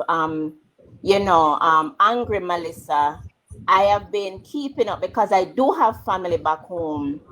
I have quite a few family in St. James. Thanks be to God, I heard from all of them.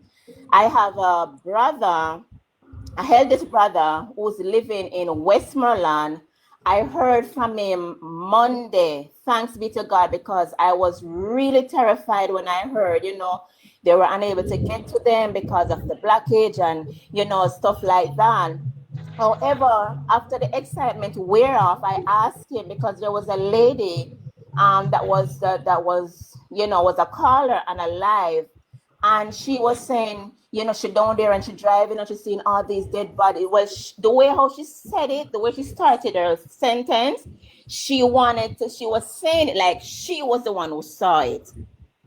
But then when the host asked her if she see these for herself, she said no, she got word from someone. So when I asked my brother about it, she said there's 1 or 2 deaths, but nothing like what they're saying. I even asked him about the water. He said from the following day, the water has subsided. And neighbor, that is as a Westmorelite, right? My network is from Negril to the top of Westmoreland. And every day or every 2 days, I get information out of those places. One of the biggest thing that I don't, and you see, I think the PNP has helped, but it is very smart at how to hide its negativity. What do I mean? I'm sorry to interrupt, ma'am. Yes, sir. Did you remember that the people of Westmoreland was calling out for Eastern Westmoreland, was calling out for its member of parliament who was nowhere to be found? Nobody remember that because the sensationalism is around the dead bodies that are there, because the Dr. Hall that they pushed out to give data on the seat was the man on the ground. Yes, there was no leadership. There was no leadership in Eastern Westmoreland because Mr. Dayton was not present to even start clearing roads to bring in things for people or to move unalived bodies. He was not there. No. So they come up with this beautiful thinking, started to blame dead bodies and how nobody was moving them when the communities were marooned and nobody could get in and out. It's cruel, man. It's a strategy. They're capitalizing off the people's ignorance and pain at the same time. They're also trying to take the spotlight off of them and the fact that they are not functioning. They are not doing anything. And I don't know. I don't know when. I was saying to someone yesterday, I said, my mom actually, because I finally heard from my mom, which is living in Clarendon, but her section was good. And I was talking to her and I said, Mommy, if these PMP people don't hope, if Melissa don't cause these people's eyes to be open and watch the people then that they vote for and what they are doing and what they're after, then their eyes will never be open again. If this opportunity pass for them to wake up, they will never, because in a time like this where I see persons pushing out, persons coming together, persons, you know, being their brother's keeper, persons understanding the pain that persons are going through and are trying their best to help. And I see so many TikTokers there asking for donation to help to the people that they can reach. And these MPs, what are they doing? They are only after money. That is where their focus is. They are not concerned about the people them, you know? And, you know, when I watched that young lady, Nikisha, the scripture that came to my mind is somewhere in Proverbs. You know, this lady is smart, you know. Right. Any woman can read Proverbs, is a smart one, you know. Neighbor, continue, miss. Heart is spirit, and pride go before. You make me completely forget what I just say. But the heart is spirit goes something another, and then pride go before destruction, and the heart is spirit before a fall. And then since I saw her, that's the scripture that keep coming up to me. Pride goeth before destruction, and a haughty spirit goes before a fall. Even when you watch the so-called press conference. I was saying this young lady should have ringleader, you know. She's the lead actress. Yes, she's the ringleader and she loves what she's doing. And I'm saying when she falls, she got drop past hell. She loved the theatrics. She loved the theatrics. Everything is about her. That's why next general election, I now leave South St. James. And I must applaud you guys that are holding up, because when I saw the honorable, and I close with this, because I'm getting a bit emotional as well, as I go in deeper. But when I saw, you know, Dr. Andrew Holness, when he went and he was going down a step, I can't remember what parish he was in, and he was going down and the man cried out, Lord Jesus. And he went towards the lady. That man is carrying a burden right now. That man is carrying something right now. As the leader, the Bible said, heavy is the head that wears the crown. Yep. That man is carrying a burden. And to know the pure love that he has for his people and they are tearing him apart, it is sad. It is sad, and it's the younger generation that is doing it because they don't take the time to sit down. And you know, I oftentimes hear a person say, be careful what you put out there because it might come back to haunt you one day.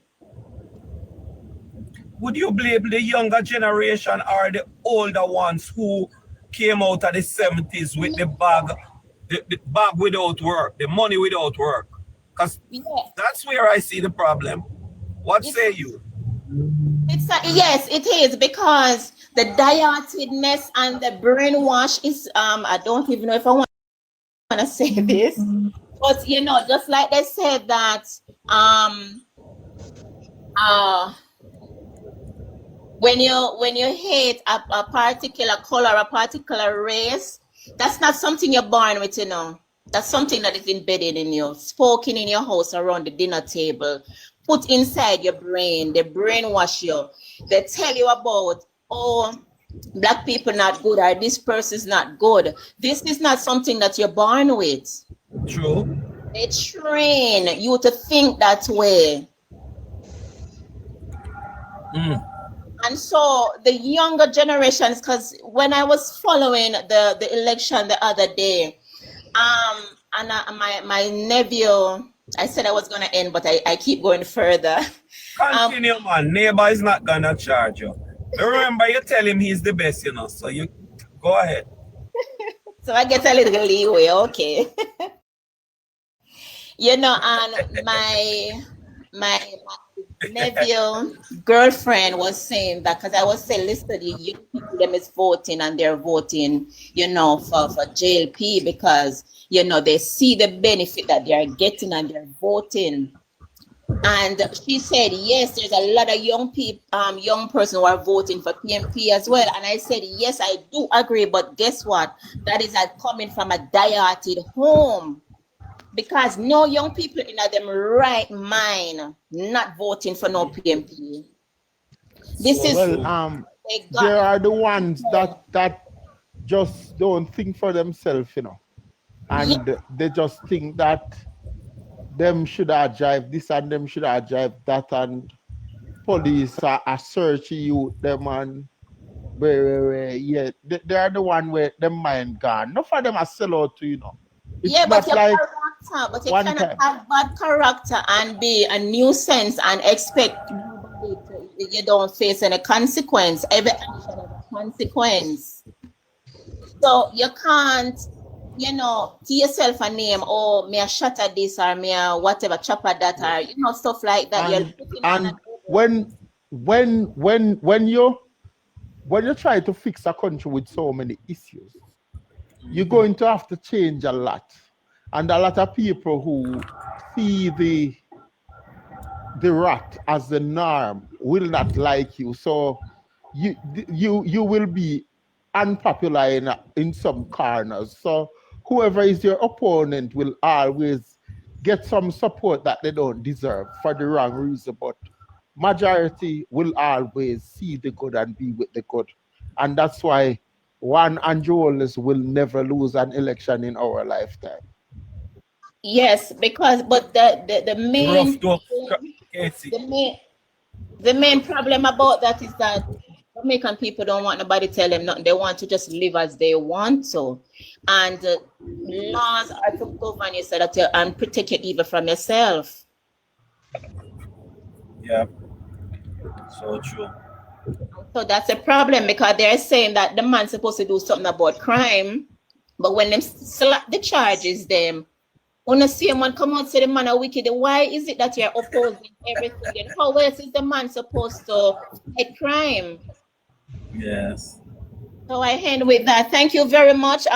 You know, I'm not a person who is big on social media and stuff like that, but ever since the hurricane, I was just strolling. I came across this you know, live, and it didn't make sense. It warms my heart. It makes sense. I've been across quite a few, and I realized that, you know, it was a lot of arrogance. There was nothing coming out that makes sense. There was a lot of misinformation. There was a lot of persons who was just pushing things. Persons were just sitting down in their homes and, you know, wanting to tell person how to do things. And I'm saying it's a process. You all gotta understand that, you know. And so here I am, and hopefully this is home. Yes, and you want to make this your home, ma'am?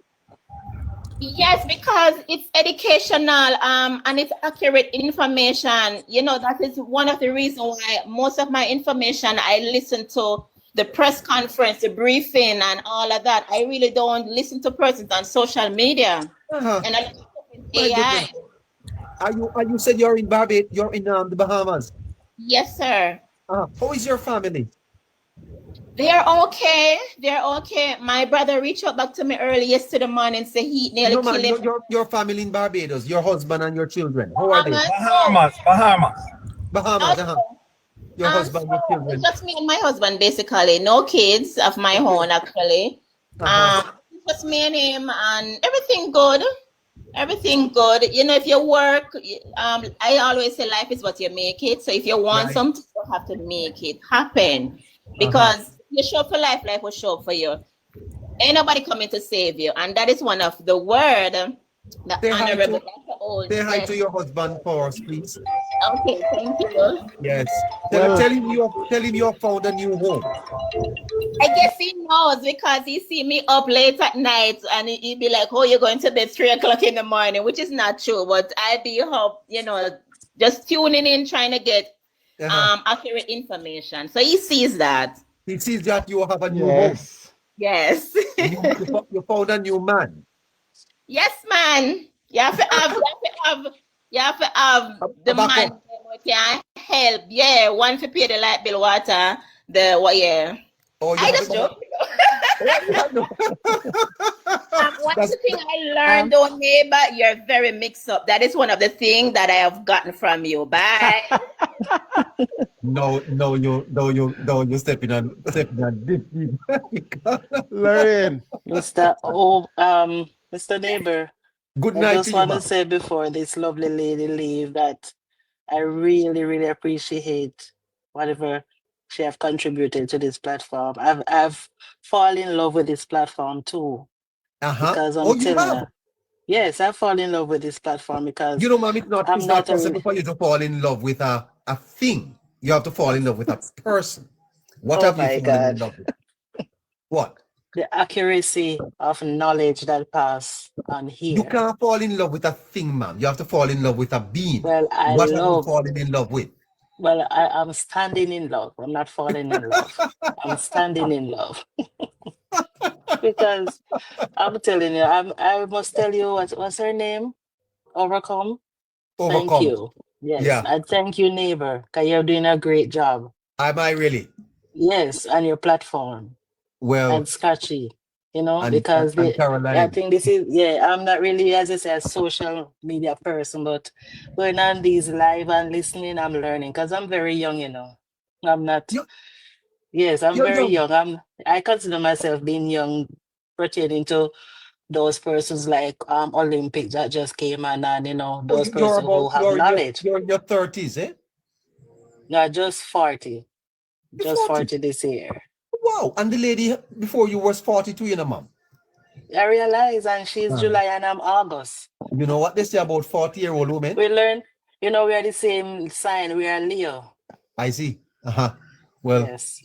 But Wow. neighbor, as you out there and see what is happening in Jamaica, the land that we love, the birth of our country, it's so disheartening. I'm telling you, I can imagine why God allowed Mr. Andrew Holness to be your prime minister. Yes, and I'm started to think why God allowed this to happen to him, why going bearing all of these names. Because I'm telling you, that's why I'm gonna start it to just don't go on certain people live. I just went on a live and I'm telling you, they just dare to just tear down Mr. Andrew Holness. It's like he have done nothing in their eyes. Nothing. When person come on and saying what they have saw and what the government is doing, they're saying that's a lie. It's like he done nothing since this hurricane. It's like he's the one who created this hurricane. And I'm saying, how on earth somebody could be so wicked to oneself? I'm telling you, I see Mr. Andrew Holness is like, I don't know if he have a good night's sleep. Yeah, it's listen to me, ma'am. It's so disheartening. And to think, ma'am, that Holness and his government has taken out a catastrophe bond for Jamaica to give us some extra funds at this time, ma'am. Tremendous work, eh? Okay, yes, I saw it and I say I lift my heart to Nigel Clark. He's a man of vision. Yeah. He's a man of vision. And even that, I don't hear no PNP come out and say anything about that to say what a good thing that he has done. It's like they cannot say nothing good. Nothing good whatsoever. Where are you? Where are you? I'm in the US. You're in the United States. How is your family? Yes. How is your family doing back home? Oh, back home, honestly, I'm giving God thanks. I heard from them since Monday, and they're okay. They lost everything in Westmoreland, Eastern Westmoreland. As you said, the member of parliament, as person said earlier, and Olympic said it, that man don't know the areas in Westmoreland. Westmoreland is very big. And he don't know the areas, the communities. So this happened to Westmoreland right now. It's really, it's gonna be a hard task for persons there because he don't know the areas them and you haven't seen him. But I saw a video where he's just videoing and saying the inform is creating or is promoting adoption program to adopt families and all of that. I haven't seen with anything like with a bag or anything in the community. So persons right now in Westmoreland, they have get help because persons went there and donate a lot of stuff. I'm telling you, persons saying that they don't see anything happening in Westmoreland, but I don't think that is true because persons went there, donors, TikTokers, all of those persons went there. But what happened? They are like mainly on the main because I have all of my families on Westmoreland and I call them, they haven't received anything. They have not Yes. received anything. So that is, it's pain my heart because I don't know how quick, if I could send off a barrel, how quick they will get it. But they haven't received anything. I don't know if they go out in the main areas where they're dropping off the food, but some communities, and what I'm thinking about, the elderly persons who cannot reach those areas. So what Mr. Olympic said is so true.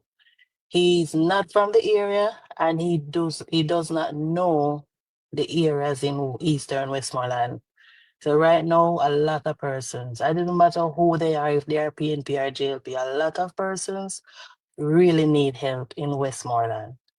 So I would not say persons don't go there, but it's a lot. They need more. Because I've learned that there's a team from Jamaica went there at Martin McLeod High School to issue out stuff today. And I heard that it went well. So persons are getting, but it's not everybody. But they could not say that the Prime Minister is not doing anything and the government is not doing anything. That's a big lie and they just need to stop it. Right. Because things are happening. And you have person who literally go on live just to spread propaganda. Because if there's a hospital is in Black River, right?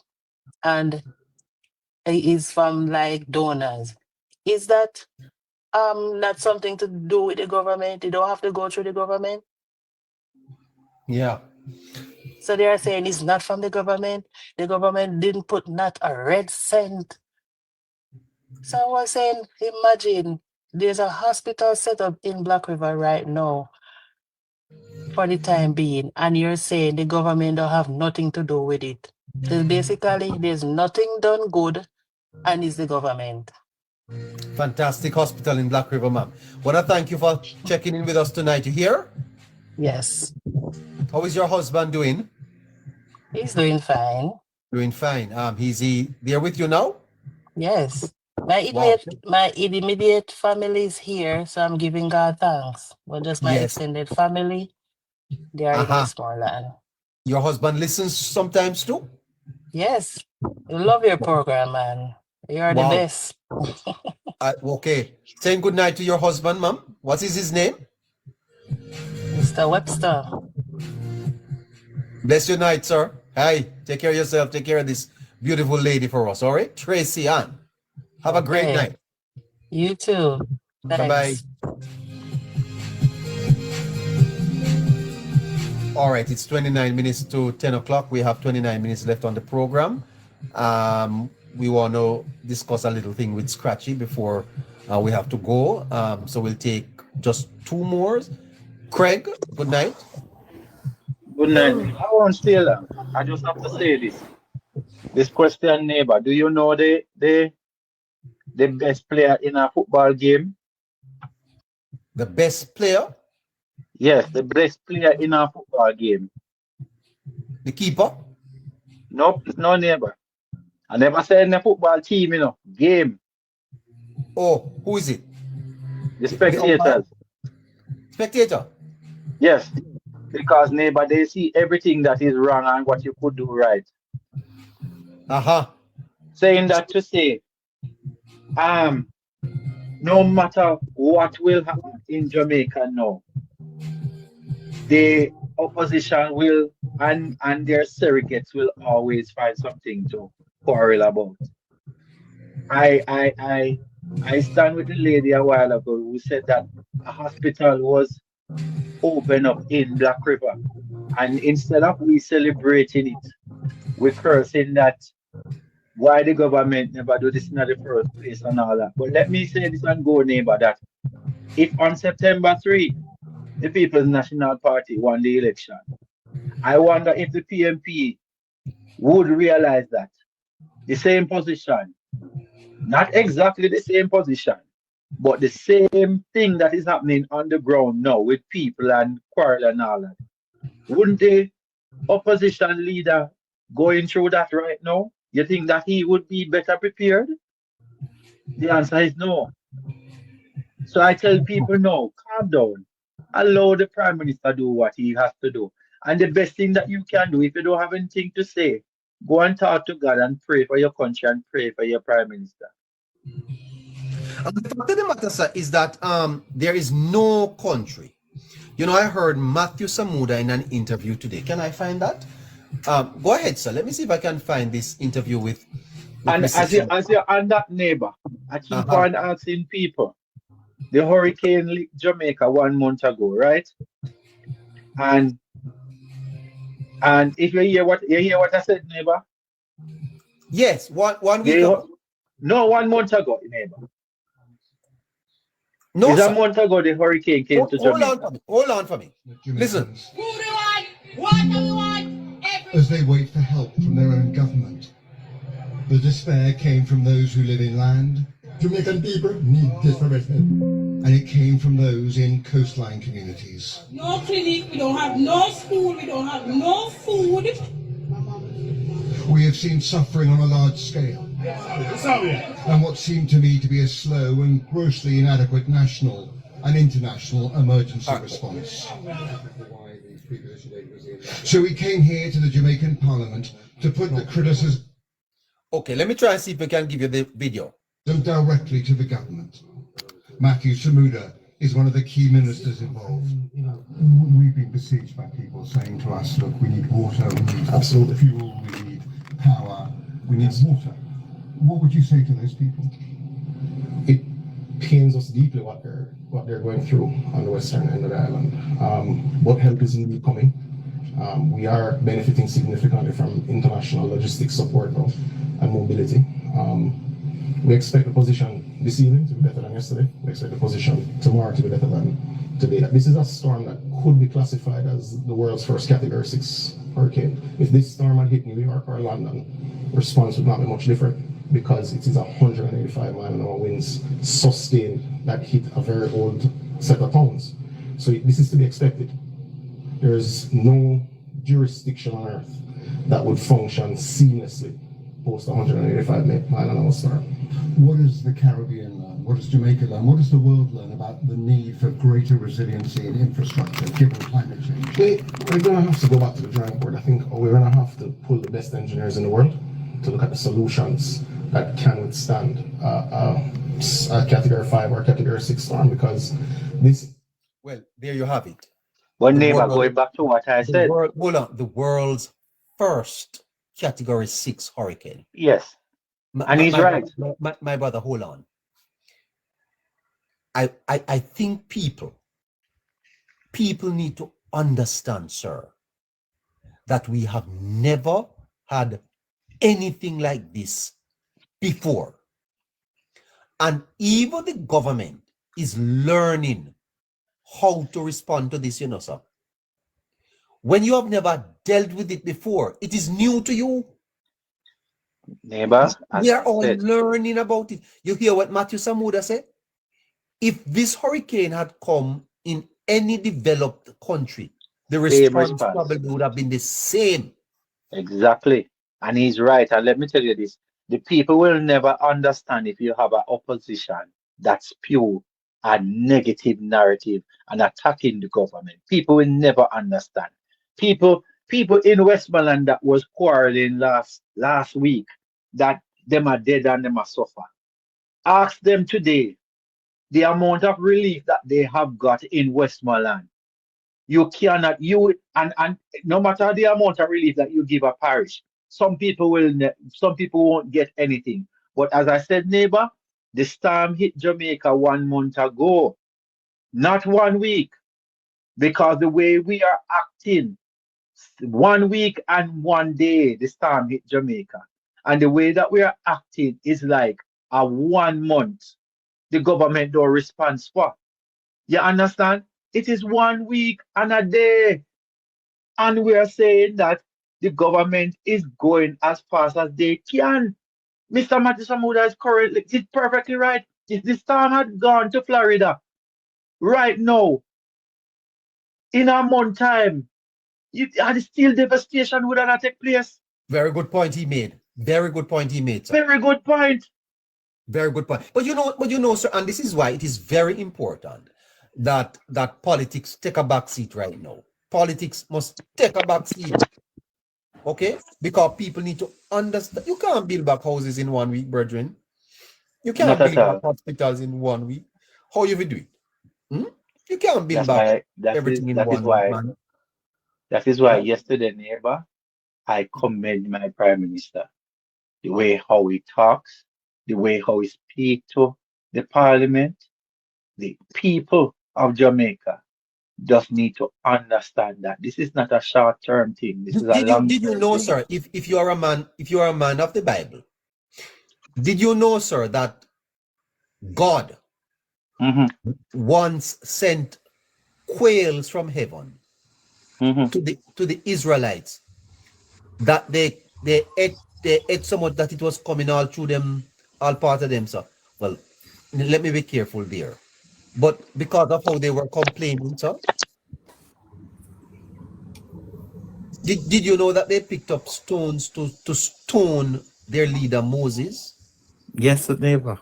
A man who nearly never made it into the kingdom because he struck the rock. You know why Moses struck the rock, sir? He was an angry neighbor. And said, drink, ye rebels.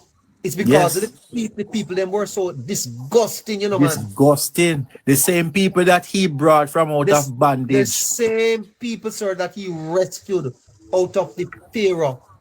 They were making bricks, sir, eating onions and garlic. And they came. Neighbor, you're gone too far. You're gone too far. When they were at the Red Sea, neighbor, they said that it better than Moses, they left them make Pharaoh, left them in a slavery because him carry them to come at the front of the water for drown. That's what they said. Wickedness. Yes, sir. They were eating manna from heaven. Angels' food in the wilderness, sir. Yeah. You know, sir, one meal of manna, you know, contained all the nutrients you needed, you know. It had protein, vitamins, carbohydrates, all the food vitamins had it in it. Because his angel make it, you know, sir. And the people say they're tired of it. Yeah. They want meat to eat. You can't please people, you know, sir. Not at all. What you have to do is to tell them the truth and make them deal with it. That is it.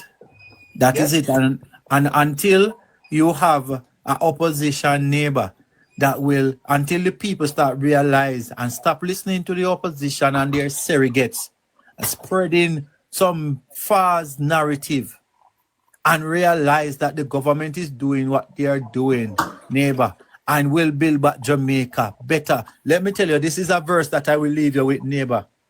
The Bible says that all things work it for good, even when it's bad. It works for good. Neighbor, out of these people losing their house, can you vision these people have sturdy house and better infrastructure now? Yes. It is all working out for good. So you might lose your house, but what is going to give unto you now, what you're going to get now, is better than what you had before. Sir, have a great night. Yes, sir.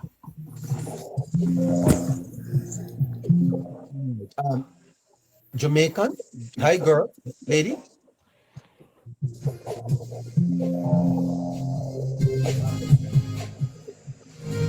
We have another beautiful girl up here, you know. Jamaican princess. Princess? Hey. Hey, princess. Jamaican princess?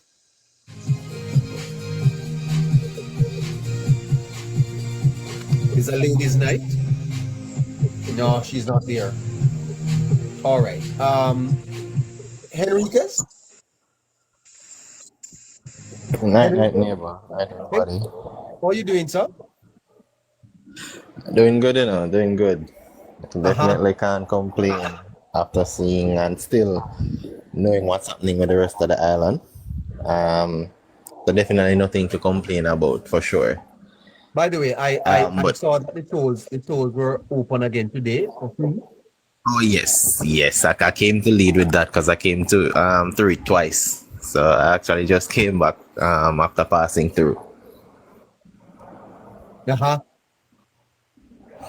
But I wanted to start with this aspect of things where I think what's happening with Jamaica is that we have too many self-proclaimed experts in this generation. I think when persons think them read one or two lines, them automatically know it all.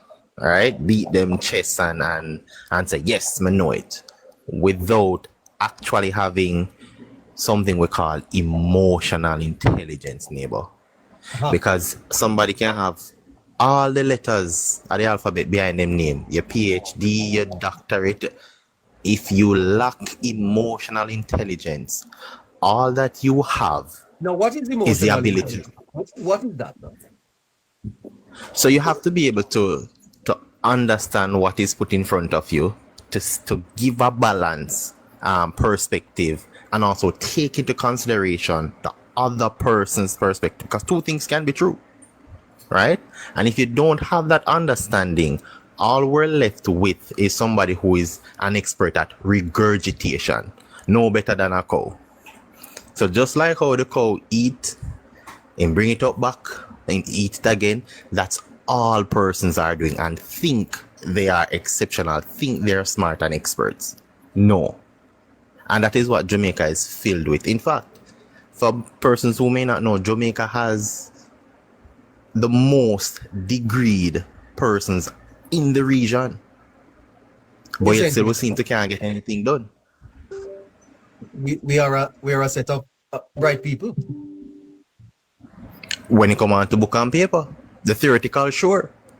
What we lack is the application of things. Because you can go to the best of universities, but if you can't apply in the real world what was taught, then all of that, whatever knowledge they want to have, means nothing. And that's a lot of what we have. Because I've seen persons, whether it be from the diaspora and locally, a lot, who self-proclaim I have degree, this, that, but do you understand the matter at hand? Can you conceptualize the reality of what's happening to persons who are living in a certain situation? Because if you can't, then how good can your conversation be? How pure, genuine, and constructive can your conversation be in an attempt to aid those persons, not for the now, but for the medium and definitely long term? And I think we have a lot of short fixes when it comes on to Jamaican persons and having perspectives. God bless those who look down the road. And I can say with ease, Nigel Clark did that and did so very well. Because I don't know if persons remember when he was tabling it, the idea in Parliament, Bunting laughing to scorn. They were like, it's ridiculous. It has never been done. But what do we have to lose? We paid a premium. I think the premium we don't have a lot of time. We've been talking about the whole dangers of misinformation, the threat of this to the democracy. and that we have to do something about it as a society. Do you see misinformation as a threat, sir, to the democratic process? Because ultimately, it is about people going to the polls to make certain decisions. And even right now, sir, there were people saying the hurricane come. There were others saying right now, say, is the prime minister caused it because he want to build city St. Elizabeth. Sir, what is happening in Jamaica? Why we are so easily swayed by rubbish? So here's the thing with it, and I did say it earlier today. I don't think you remember. We have all this access to information, but we don't really yearn to know it and to apply it to our lives, right? And then we love this, everything that flashes before us. It must be true. You see, we have never had a generation where influencers are seen as higher in terms of credibility than actual scholars, than persons who actually do the work. And because of that we misinterpret that a large following means that you're doing something sensible, means that you are truly effective in helping build the nation. So that in itself, because remember, I know, we look at the Malcolm X's and Marcus Garvey and look at the crowd following that they had, but we're not realizing the pureness, the applicability, and the strength of the message. Instead, we're buying into the noise. Are you a tertiary student, graduate, sir? I am. And you are a student, or you've graduated? Graduated. That's several years ago. Okay. And you have used your training and your education differently. Now, the intelligentsia, do you think that they are contributing sufficiently to helping the society to disabuse our minds of some of these trivialities and absurdities? Do you think, for example, the University of the West Indies is helping the society? Because we do, and in itself, and I don't want to broad brush it, but the persons who have served long enough, whether we know what their agendas are, I think where they're aligned is what causes the issue, right? Oh, and because, in other words, the politics, right? So, and if we look at it, right, specifically, you've normally seen, I don't want to call out teachers, but there's a large following for the opposition when it comes out to the teachers, right? You mean the JTA? The JTA is an affiliate of the PNP. They've always have been for quite a long time, and we've seen it more and more, because nobody can tell me why, when the Jamaica Labour Party is in power, that's when you want a raise. Just using that as an example. But several years before that, you agreed to a wage freeze in a better condition. Right? And it has happened twice. And so then the problem there, sir, is that the society is polarized. And therefore, in the polarization of the society, information, even though it may be correct, people find that it is against their interests. They can't support it. Exactly. And I can show you this. For the longest of time, we've heard of the reason why crime rate, and again, it's an example, why Jamaica's crime rate is so high is because of poverty. Right? It's a narrative, it's a notion for the longest of decades. But are you telling me that same chain of thought is applicable to today, where we have one of the lowest poverty rate globally? Why is that narrative still the same? And I can always say this. When you have an agenda, you can put in your purses. In Jamaica, we have this thing where them say, links run things, and who you know. When you can infiltrate the system and place who you want strategically You can do what you want with the information. And I can say this again. Wow. The No, say that opposition again. has Don't leave been. that. Don't leave that, sir. Say that again. You're an intelligent man. Say it When, again. when you have the ability to infiltrate the system and place who you want with the information, you can do anything you desire. Because guess what? History is always written by the victor, you know? Including at the Integrity Commission. Including. Because all you have to do is omit information. Just don't say it. Or you tone it down. So you load up everything. And this is something I can always say. You can talk crap, but if you talk it confidently, people don't realize they just talk crap. And a former finance minister did that exceptionally well. In fact, I studied him. You remember we had a phrase in Jamaica called what they call it?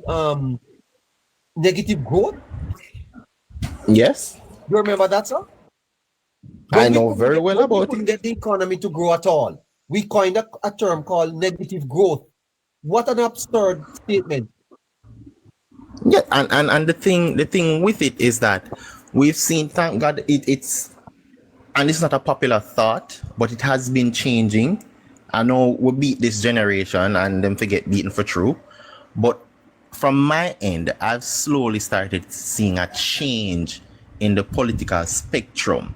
And I think it has started with, and this happens globally, it has started with the era of Andrew Holness. Not saying it is him. I'm saying politics overall has been changing, and that's a beautiful thing.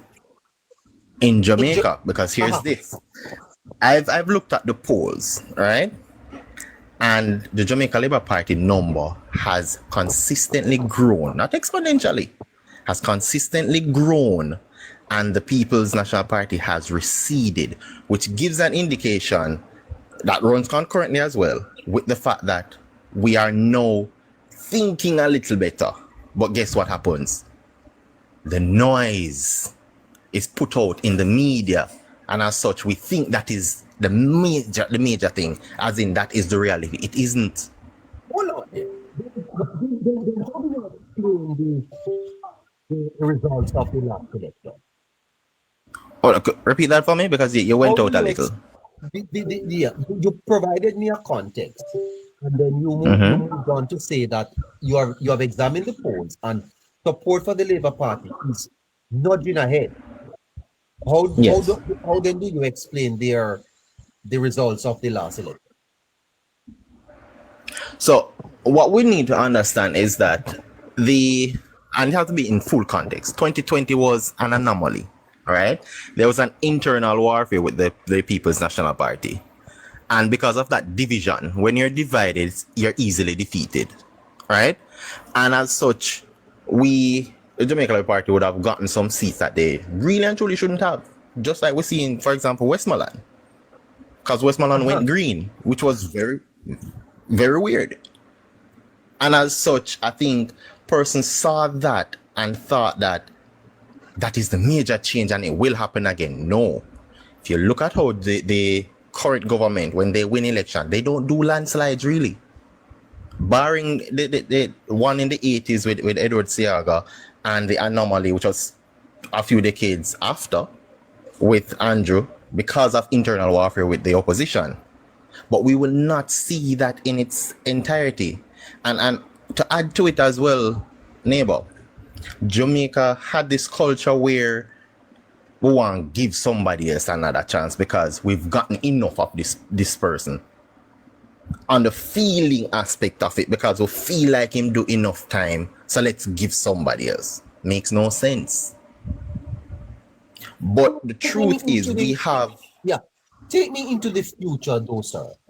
Here we are in a major crisis. And obviously the government is going to be tested. All the economic projections are going to be off.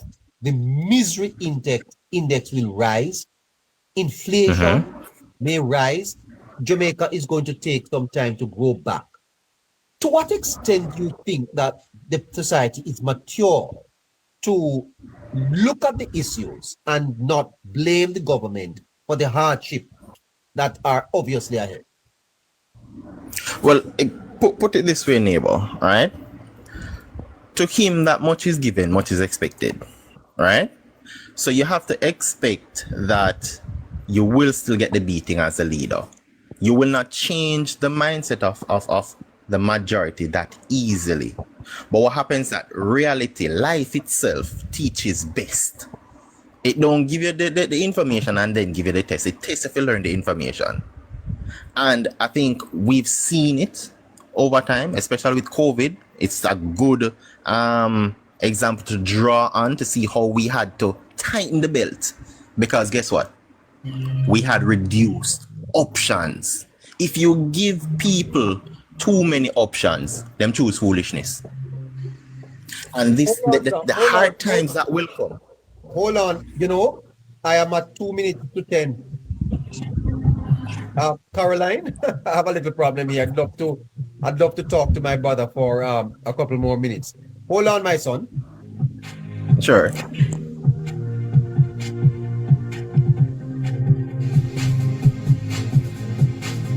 Listeners, I need $70. I need $70 to keep this going for. I can't go for 1 hour.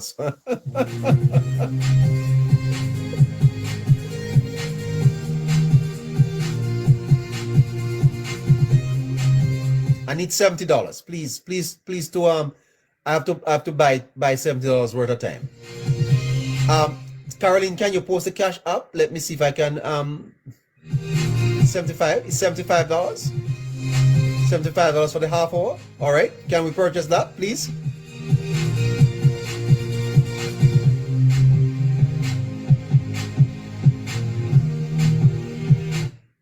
Can we purchase that? And let's see if we can do.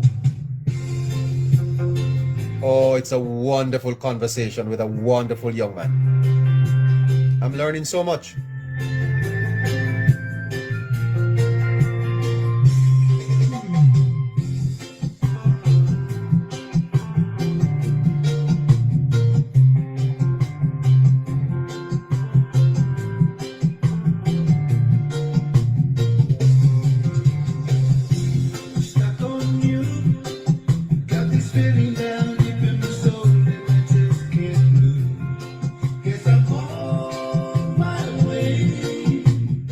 Are you there, Caroline? Caroline, are you there?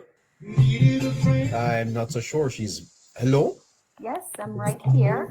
Okay, someone needs a cash app for $75 for half hour. Can we do that? Can we do that, please?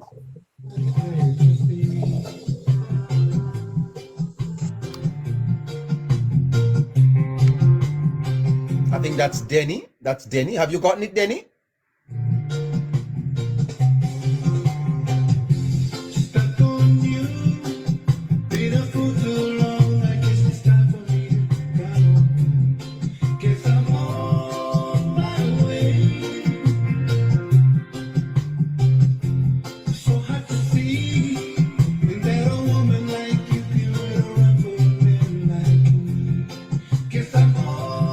All right, Denny, have you gotten that now? Post a Zelle for me to cash. Caroline, please.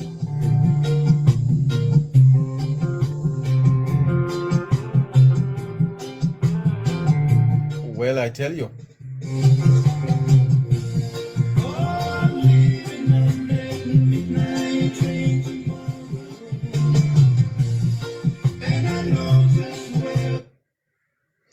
Come true.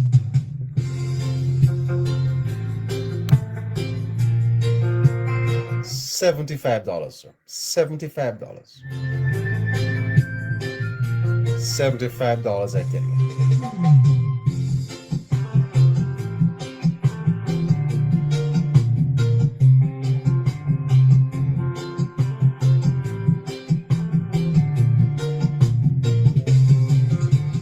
$75.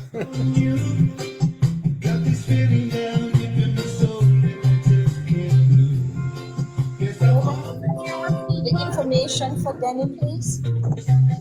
Say that. Could you repeat the information for Denny? What information? Cash App information and the Zelle. Okay. All right, Denny, it's $ Caroline Perrier. $CARROLINE, capital PERRIER. Get that? Yes, I got it. He sent it. He sent 20. So can I get 55? We need $55. All right, so let's continue talking to Harry and tell me at 10:15 if you get it. If not, we have to break. Okay, we would have to break at 10:15, okay? Because we can't do this without the. Okay, so I got 60. Can I get $15? $15, okay. All right. Tell me when you get that and the persons who have sponsored it. Harry? Still here. Okay, so Harry, I'm interested to understand the political ramifications of the moment today. There is going to be obviously misery in the country. Unease, people's 200,000 tourism workers, sir, are out of job in Zaydan. All of these farmers whose crops have been destroyed. What is going to be the political price, you think, that the government will pay? Is there going to be a likelihood that the government will become unpopular? Is there room here for political exploitation by the opposition? Tell me how you see it. All right. So put it this way, because we're looking at the magnitude of what happened, right? Yes. And again, I'm going to draw on COVID because I want to touch on the track record of this government. People have seen it. But do the people appreciate that track record of which you speak? Well, they put them back in government, so we can take that with a grain of salt. All right? But they barely did. They did. But guess what? A lot of noise was also sent across. So they have this thing where we call it the recency bias. That made it a little bit closer than it should. The what? Recency bias. Recency bias. Now what is that? That's it.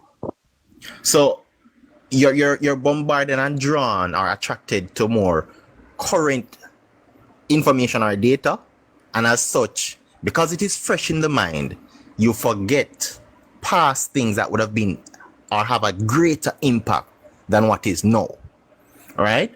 And as such, with attacking the integrity of the prime minister, because again, the opposition knows very well and they're very strategic and tactical when it comes down to undermining one's character. We've seen it several times from the 70s, 80s coming up. They've done it with Edward Seaga, they've done it with Hugh Shearer, every attempt. So their machinery haven't changed, just the faces. And more people are understanding a little better what that is.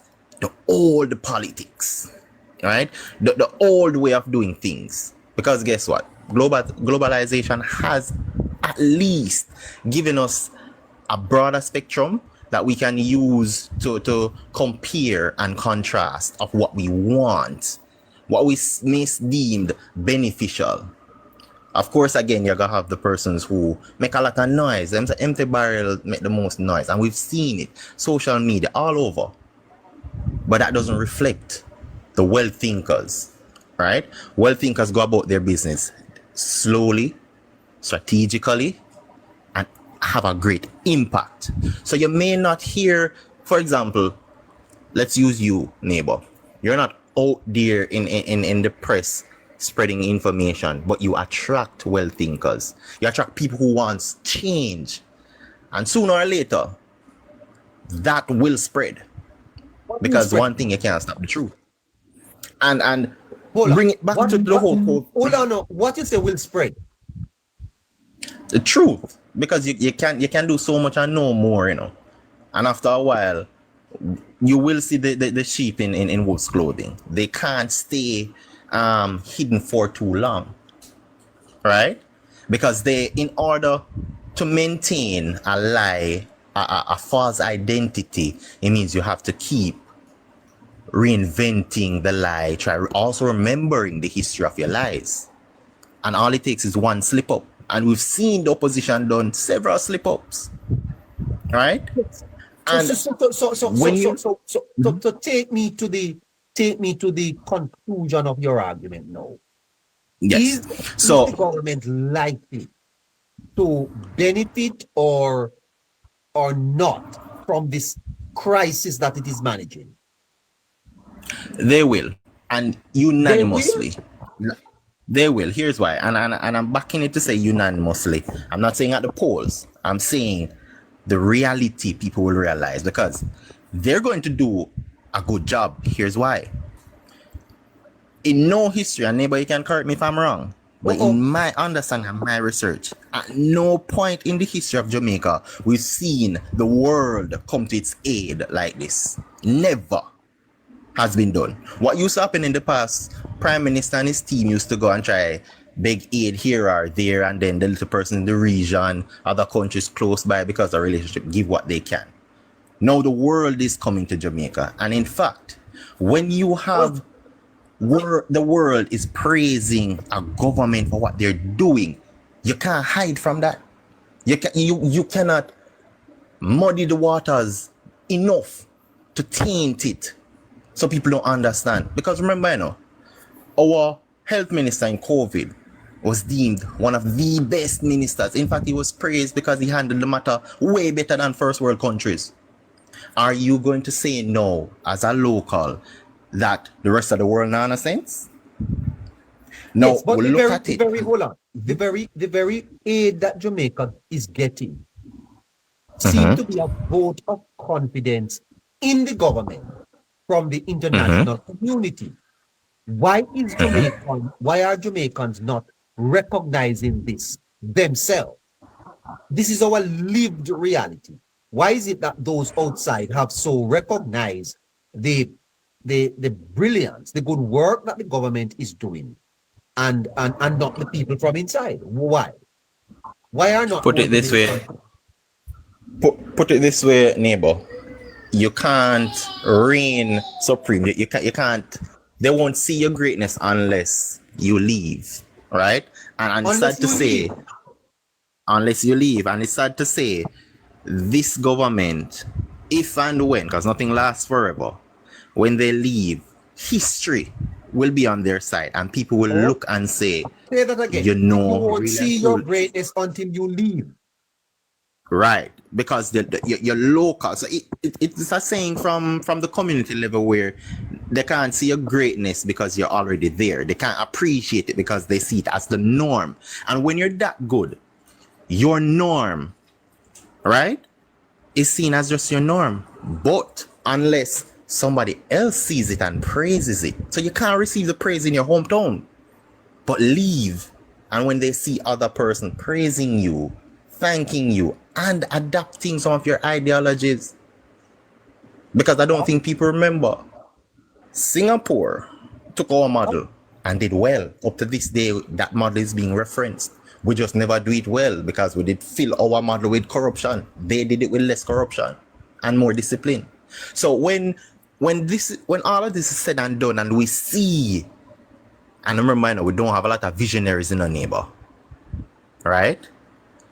But when they can see what will be built in the West, and I'm not talking the physical building, I'm talking about the growth mindset, the development that wasn't there in character building, because it's going to take, they said, hard times build great men. Great men build good times build weak men. And we've seen that over and over. It doesn't change. Humans don't change that much. We're not that smart, to be honest. Right? Because we're creatures of habits. And when we can then see that vision coming true, when we can touch it, we experience it, we hear the rest of the world praising Jamaica and its government for how well they did, right?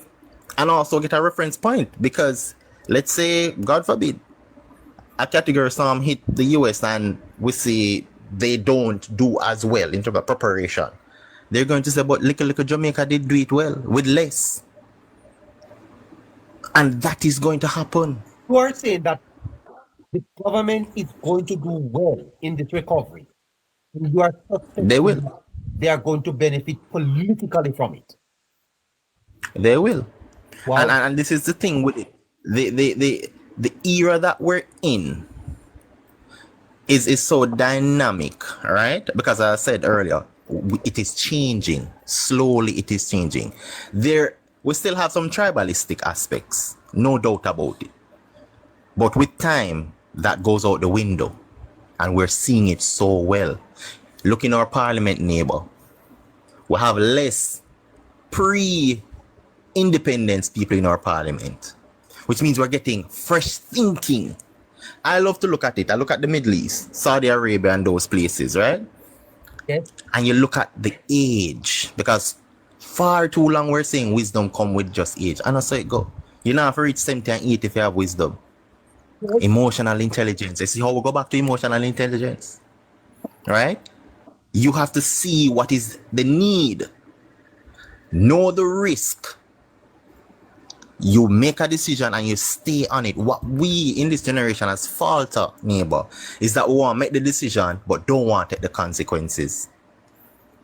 If you make a decision, you have to stick with it.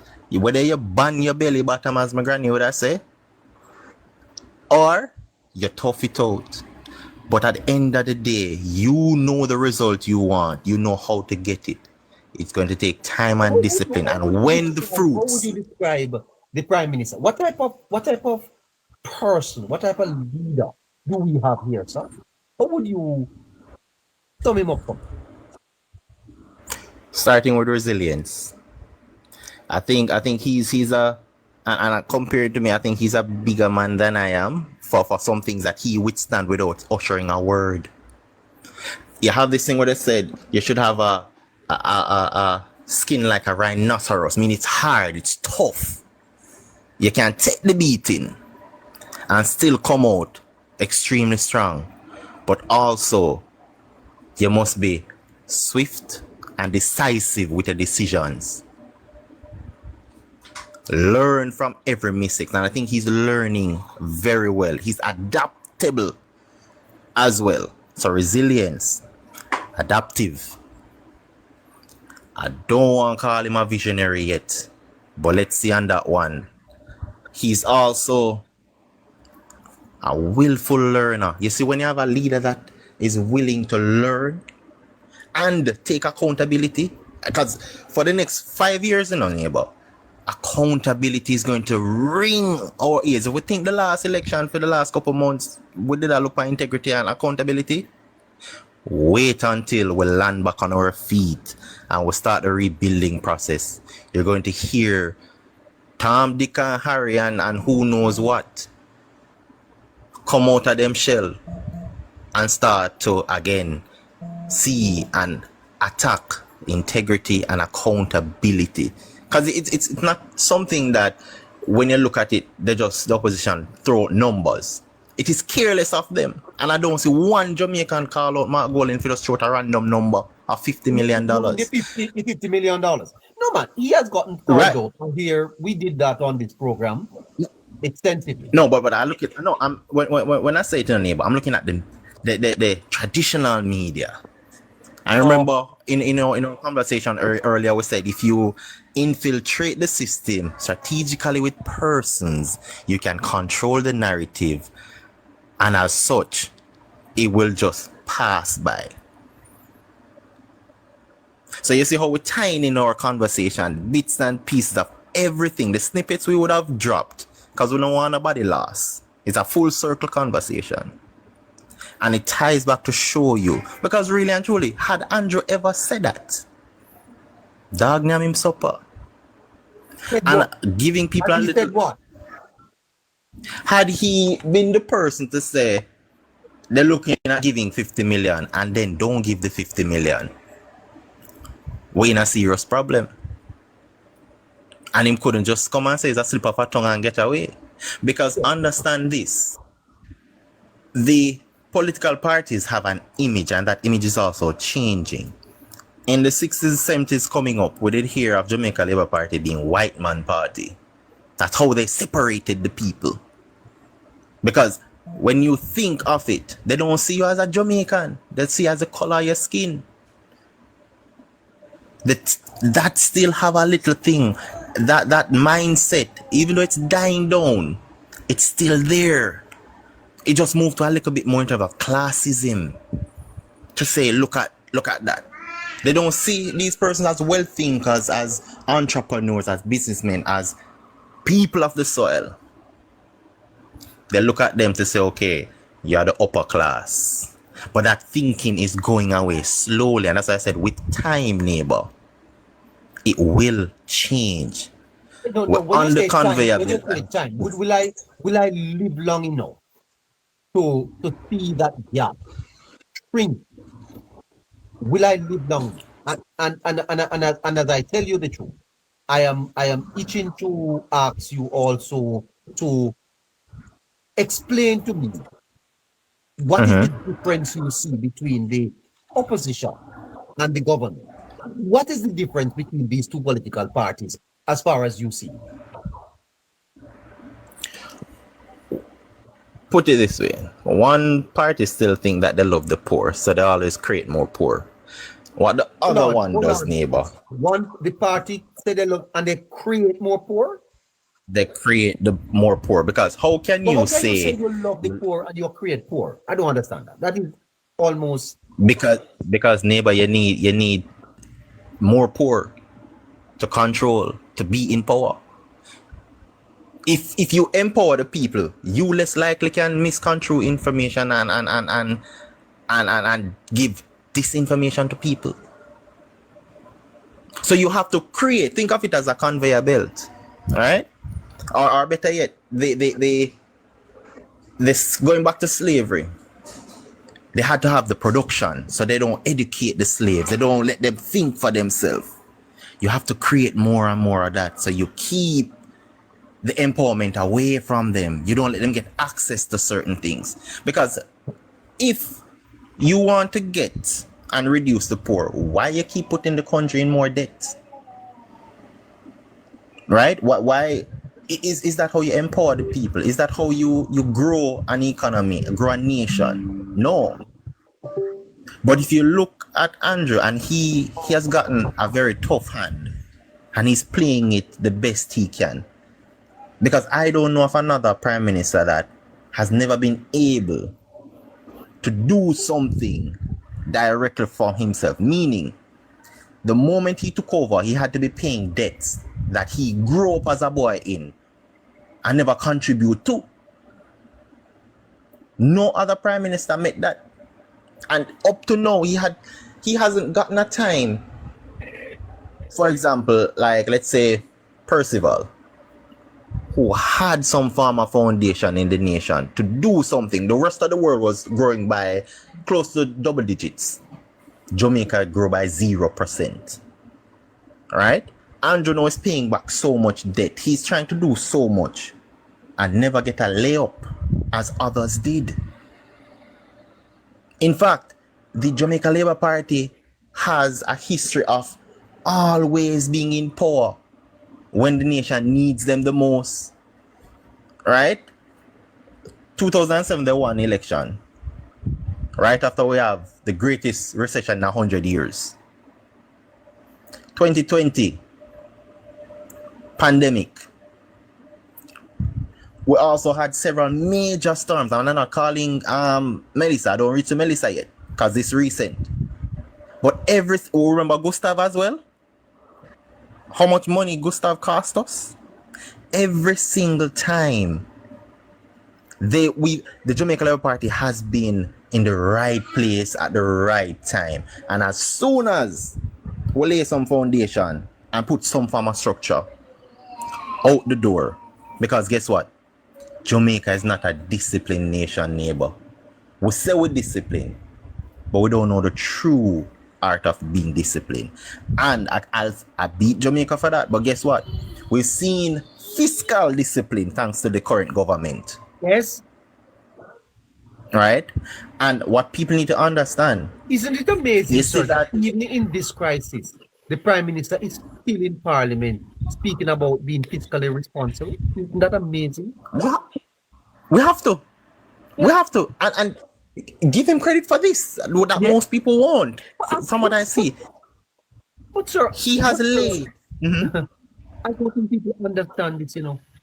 We've always said that we're not connecting the dots and we're not telling the story. When you have an opposition coming in to ask for 50 million per constituency, that is reckless. That is irresponsible, sir. But neighbor, remember we saw it in the election. We saw it in the election, you know. We saw it in the election, and here's why I want to push this as well, because this is how the opposition has aged poorly with an idea. Remember, they couldn't tell us how they're going to get us to the 3.5 mil, right? Well, they were also backing this was their narrative. We're going to add growth on the almost 1%. I think we were at about 0.9% at the time. They're going to build on that.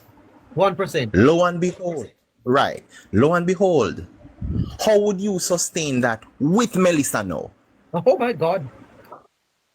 You see how it aged poorly.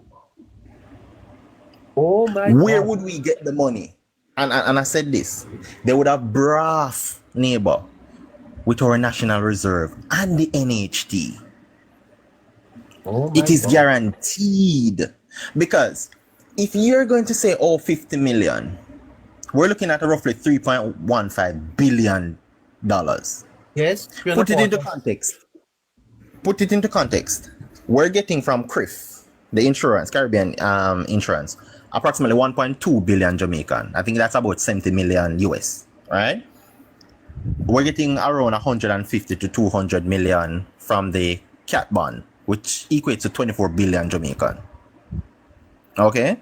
So that's roughly what we're going, 25.2 billion. We budgeted 5 billion for natural disaster this fiscal year. And you're going to tell me you're going to take almost 2/3 of the budget for the year to give to people to spend on what? How? Who takes accountability for it? And if you ask these questions, and I want Diane Jackson should have asked these questions, but she won't because of her alignment. If you're going to state something, show us how you're going to do it. And they never did in election, and they still can't. Because if I ask Mark Golden right here, right now, Neighbour, how would you spend the 50 million? And how would you ensure that the country remains, 1, disciplined, 2, productive? I think the productive part would go to Mr. Bunting because he has that production and productivity part of shadow cabinet, right? And 3, how will you inspire growth? Those 3 questions, Neighbour, would have gone unanswered. You know what we would have gotten? A lot of flip-flops and runarounds. Sure. Tell me, how do you rate the government's response so far in this catastrophe? As an onlooker and someone who obviously reasons with emotional intelligence, how have you rate their performance? They have done a lot better than we think, truly. And here's why I said this, Neighbour. They have done a lot better than we think. Exactly. Here's why. Because persons can talk what they're going to do. I remember I mentioned self-proclaimed experts, right? Both local persons regionally and the diaspora. Because I've listened to at least 100 persons every 2 days. Basically, I listen lives and so on, and I hear perspectives. And I don't like the messages. But we can all sit and say whatever we want to. The truth of the matter is, Melissa was not a category 5 because it exceeded a category 5 in many different areas. Yes, which means it broke Matthew the scale. Zamuda said, the world's first category 6. Right. Which means it broke the scale. It went into unprecedented area the world has never seen or recorded in 200 years. Wow. Right? And you're going to tell me, and this is how they want to beat the government, oh, this should have been done, that should have been done. And if you use every letter in the alphabet for a plan, it would have gone through the window. Any plan because you put in place for this would have mashed up. Then all right, look at it, neighbor. Let's say you got the persons to move from low-lying areas, all right? You put them in shelters. The shelters then disappear too. So how are you going to say, all right, would you look beyond the shelters, which would have been very secure? All right? The shelters could have withstand at least a 4. But here's the problem. Because the entire country didn't get hit, neighbor, people will say every and anything because they can't truly live what the West is living. You see, if all of us did have no light and did have to rely upon aid, the narrative would have been different. Because no, you're not empathizing with anybody. You're living it. So your mindset would have had to be different. You have gone in survival mode. You would have gone back to your natural human instinct, which is what we're seeing down there. Some persons looting. I don't agree with it, but I understand, neighbor. Dire situation, dire consequence. I don't love it. Yeah, it's situationalism, sir. And I remember one of my lecturers one day really blew my mind when I thought that there are certain things I would not do. And he helped me to understand that I can only say that because of the situation I'm in. Mm-hmm. If you are placed on an island, sir, with your brother, you'll be surprised of what you may do. Exactly. If you are placed, because if you are placed in that desert, sir, with your dog, you may. The dog look like a rotisserie chicken after a while. You may. so don't say you wouldn't do things. You wouldn't do things because of your situation. So the whole concept of situationalism is you are correct. So you are saying to me, sir, that the government, in your view, is doing better than we think they are doing. Exactly, and here's why. And they have to. Because don't think these aids are just here. You think we had so much international presence? Because you can tell me. Because I'm pretty young. I'm just 30. But I've known a lot, seen a lot. But guess what? I'm 28.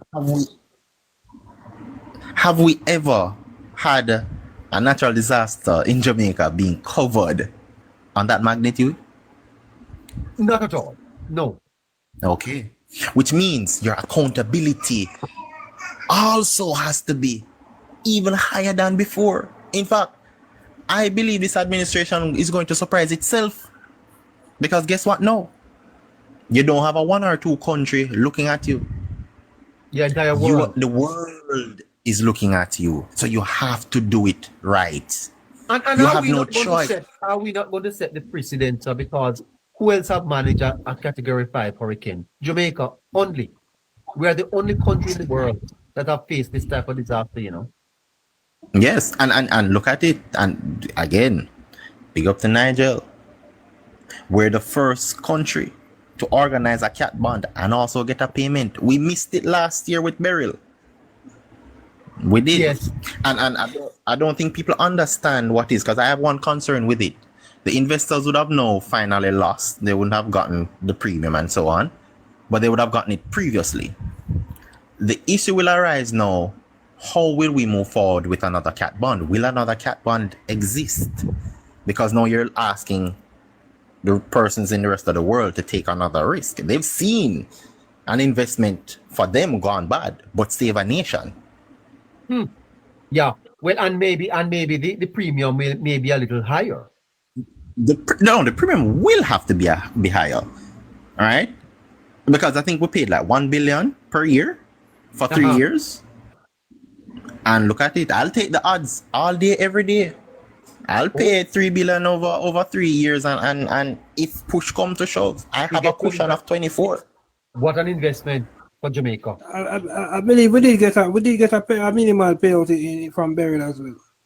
Yeah, man, but we didn't, because of the pressure of the system and so on. We didn't really Yeah, because hit all there are the different areas. stages. There are different stages to it. So we did get Right. a payout from Beryl as But well. just like how we became a model neighbor for Singapore and other countries that weren't named, it's just because Singapore became a highlight and the hub of the East. By the way, where have you been? Where have you been, sir? I never heard you during the election.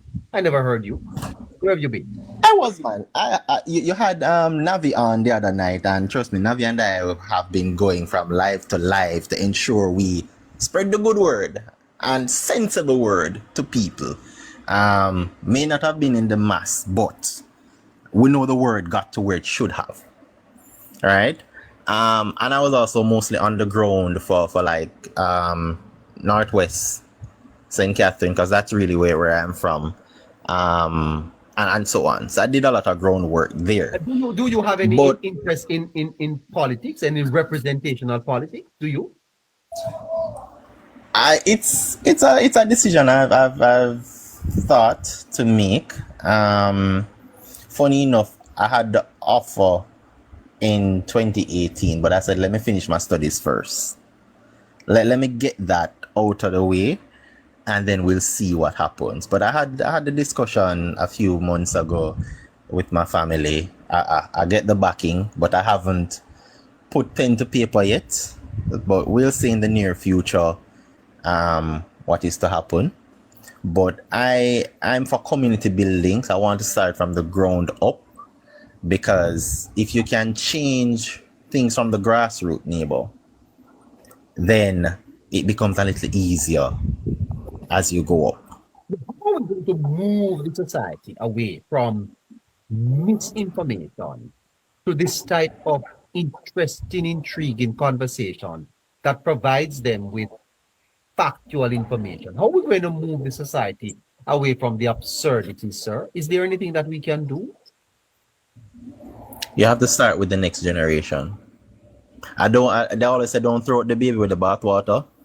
And it's a hard thing with this generation, because it's pretty much still have something to do with it. I don't put it beyond them to get it right eventually. But I'll place my bet on curving the younger ones. Teach them real life things, right? What the world is like before they have to face it. Because I believe in this, neighbor. If you go down the road and buck your toe on a big stone after 10 steps, I saw you go down there and buck your toe. I don't need for what go down there and after 10 steps to buck my toe to understand what you did. I learned from what you would have gone through. That's something we have a narrative as well, that, oh, the person need to feel the same way or go through the same thing to understand. No. What that creates is trauma. Right?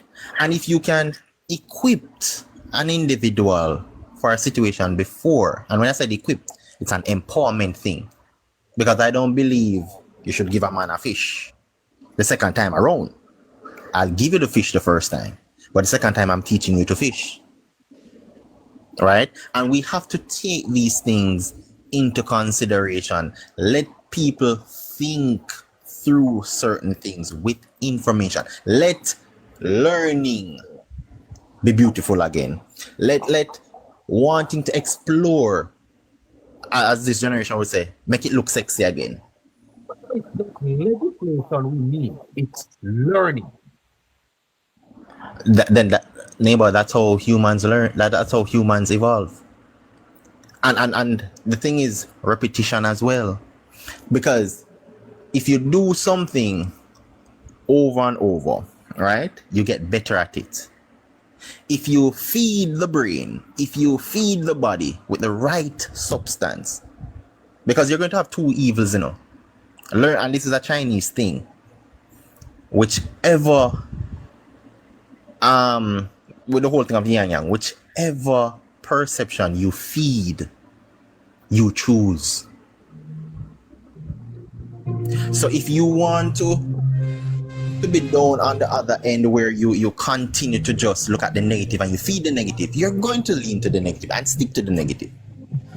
But I believe you can nurture the next generation coming up, to empower them to want to do better, to be better, to evolve. We have, especially the black community, who say we want to be better than our parents. But do we really want to? We may not make the same mistakes as they do, but we don't be better than them, really and truly. Because in order to be better than them, you have to know, be more adaptable in your situation. You have to know, be more empowered, evolve, and willing to learn. A lot of people hear but don't listen. And sometimes we hear to respond. We don't take back. Because I listen to even a madman in a neighbor, because the clock right twice a day, you know. And get perspective and think about it. Make sense of it again, emotional intelligence. Neighbor. And if you can let people, let the next generation understand that as they go along, because they won't get it initially. Because I know when you were a boy and your father attacked, you'd never really say eye to eye because they can't understand. But there are snippets you would have learned and flashbacks would have said, hey, it all makes sense now. And the previous generation failed this generation. And it's harsh on them because you don't know what you're doing. And that's what I want to get out. All right? I strongly believe people should travel more. So even though we have this internet and we have all of that, we're not really exposed, neighbor. Because we don't use it for the right activities. We don't use it for the right things. We don't understand the power that we have. There's no other generation in the history of humankind that have had this much access to information, this ease of access, but still don't want it. We should be making better decisions because we just have so much information. Exactly. But yet still we don't, because guess what? Even though the information is there, remember, it's a good time. Remember, I also said, hard times create great men. Great men create easy times. Easy times create weak men. What happened is that we enjoyed some success and we feel nice. So we let loose a little, we let our guard down. Yeah.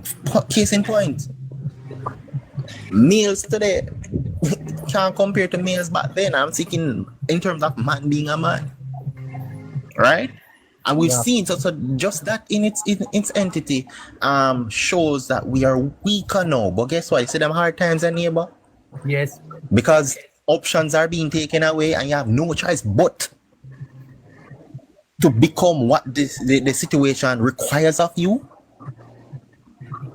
or you perish and everybody's going to choose survival, whether you make it out or not. You're going to choose survival. In order to survive, you have to do what the situation requires of you.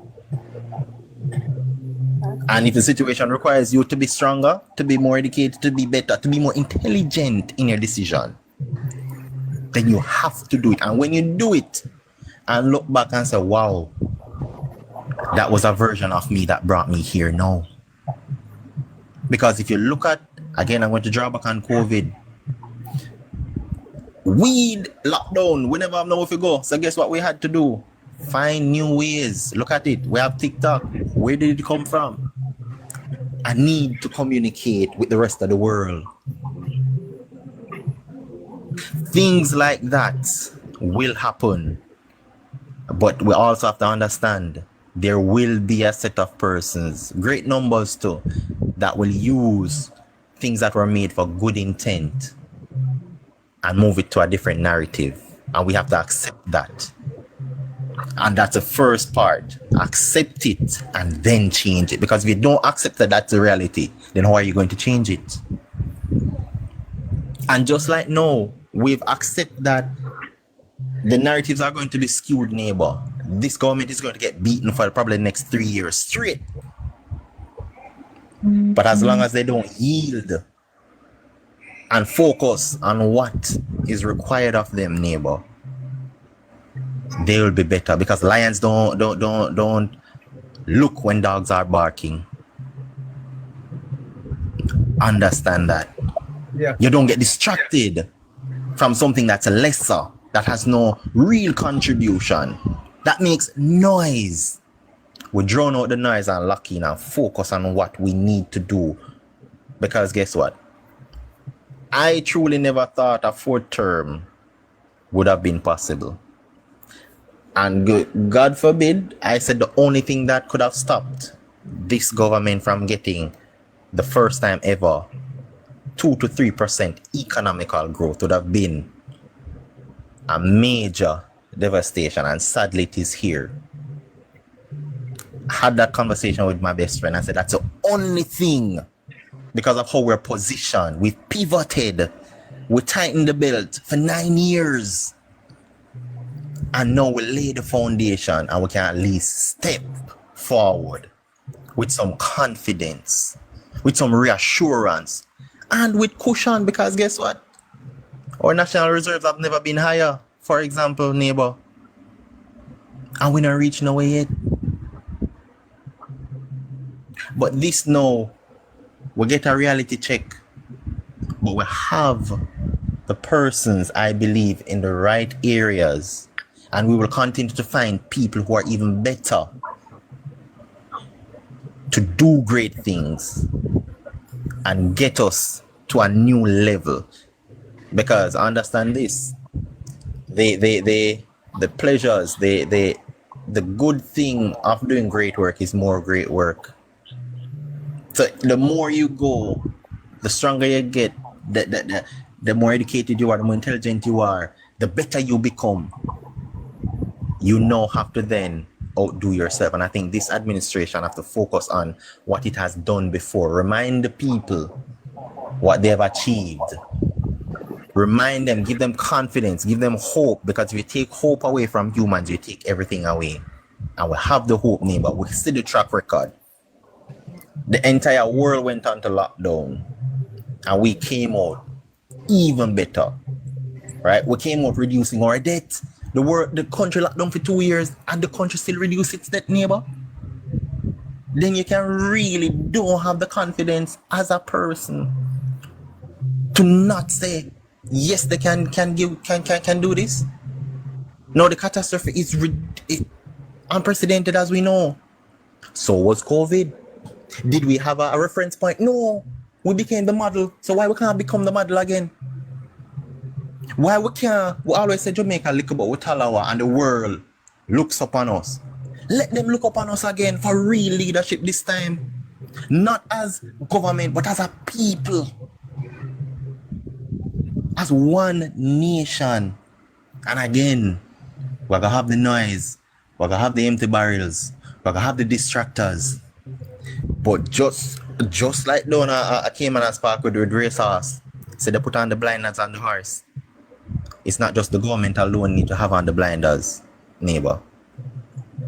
People who want good, not just for themselves, not just for their family, but for the nation, need to put on those blinders. And you do that through empowering yourself with information, with your research. And if you can't research well, there are programs like this, neighbor. Talk to somebody. There are persons who are available and accessible. And then you fact check the information. Which is why anything I say to anybody, I say, go and fact check me. Even if I get a number wrong, just I quote the 3.15 billion, it could be 3 billion, you know. Fact check me. And that's how you become better. That's how you get to hold who you put into government accountable. Don't let the rest of the world have to hold them accountable. Do it first. Because whether you voted or not, you made a decision. Staying away from the poll is a decision. Right? And you will also, whether you reap the fruits of your labor Or you suffer the consequences. Every what person in this together, whether you got hit in the West or whether you're here in Eastern or Northern areas with the light, with the water, with the everything, best believe we all have a responsibility. No matter what, we chose Jamaica at the polls. Choose Jamaica now in the dire situation. Choose Jamaica by choosing to be better as an individual, as a family, as a nation, as a community. Because guess what? When we see development happening and Jamaica is being praised by the world again, you're going to have the bandwagonists. Oh, yes, me did know. Fine. We're not kick them off, but we're going to need them too. Because we need everybody to be productive.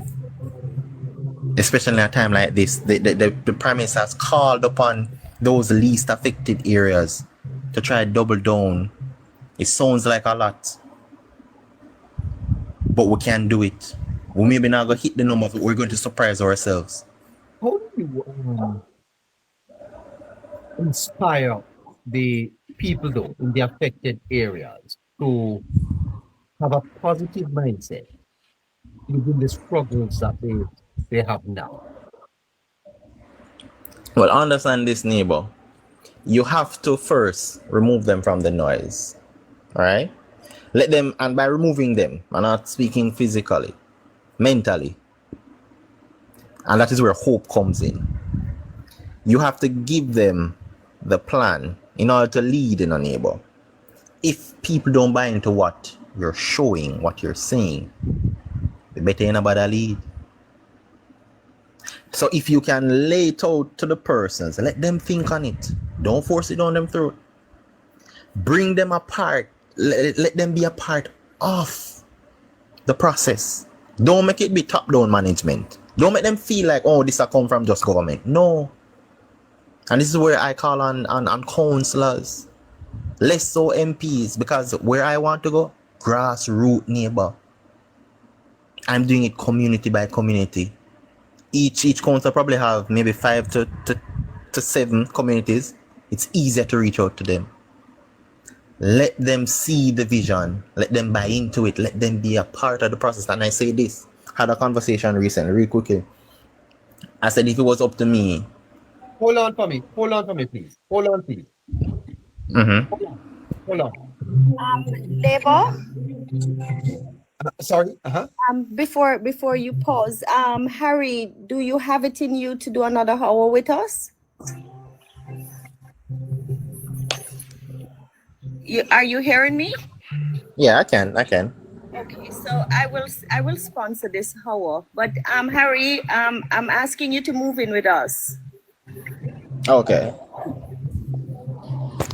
To do what? To do what, Caroline? To move in with us, neighbor. Oh.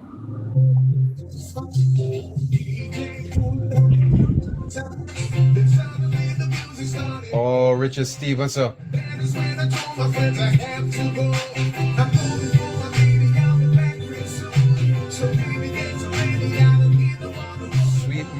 Sweet memories, huh?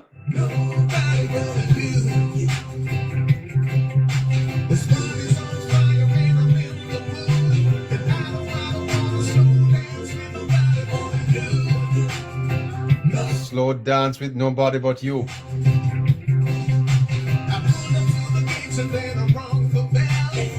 Well, thank you, Zane 511. You got the message. Quite true. Neighbor will be put out. Absolutely not. Say what? Absolutely not. We just need to get the final permission from Scratchy. But you're moving in manner. You don't even tell me. Wow. Scratchy, how do you feel about it? No problem, man. No problem. Man, definitely. Harry, Okay. definitely an asset to the team, of course. Okay, well, welcome, Harry. It's good for you guys to have me. I hope to bring a lot more than just even tonight. because for me it's all about nation building and well thinking, one mind at a time. All right. Thank you very much. And listeners, I'm asking you to press that right white arrow on the screen at the bottom and repost the live.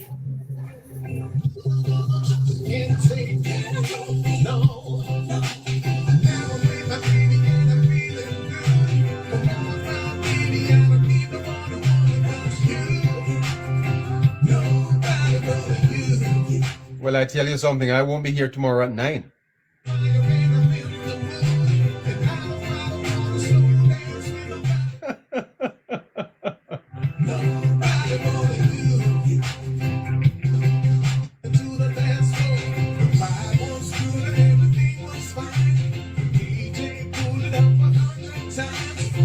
Well, I tell you. Anyway. So Harry. Yeah. Here is Jamaica, positioned to grow. Minimum wage has projections to be doubled. Teachers are in the middle of negotiating their salaries. Infrastructure is developing. Tourism is booming. Agriculture, recovered going forward. And all of that is smashed. 40% of the economy, according to the Prime Minister, is now in the garage. Major shock to the country, Harry. How do you think that we begin to recover and pivot again to grow? How do we do it? All right, so in order to pivot, we first have to pick up the pieces. All right. And I like to put it this way, Neighbour, from a biblical standpoint.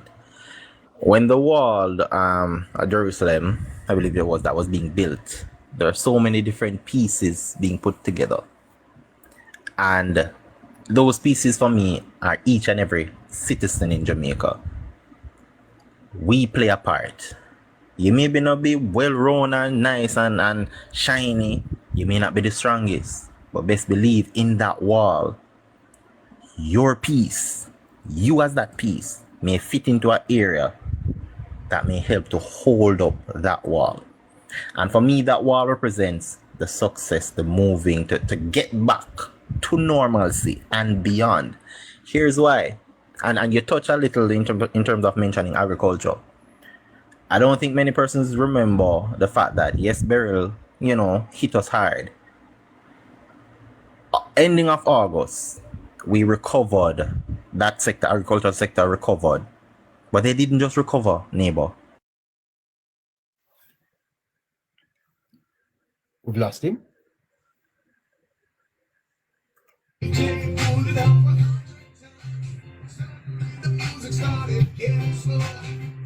Not hearing him at all.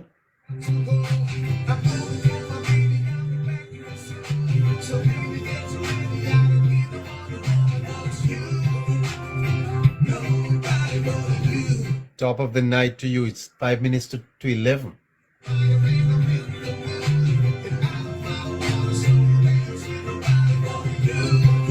Slow dance with nobody but you. All right, so we lost the caller.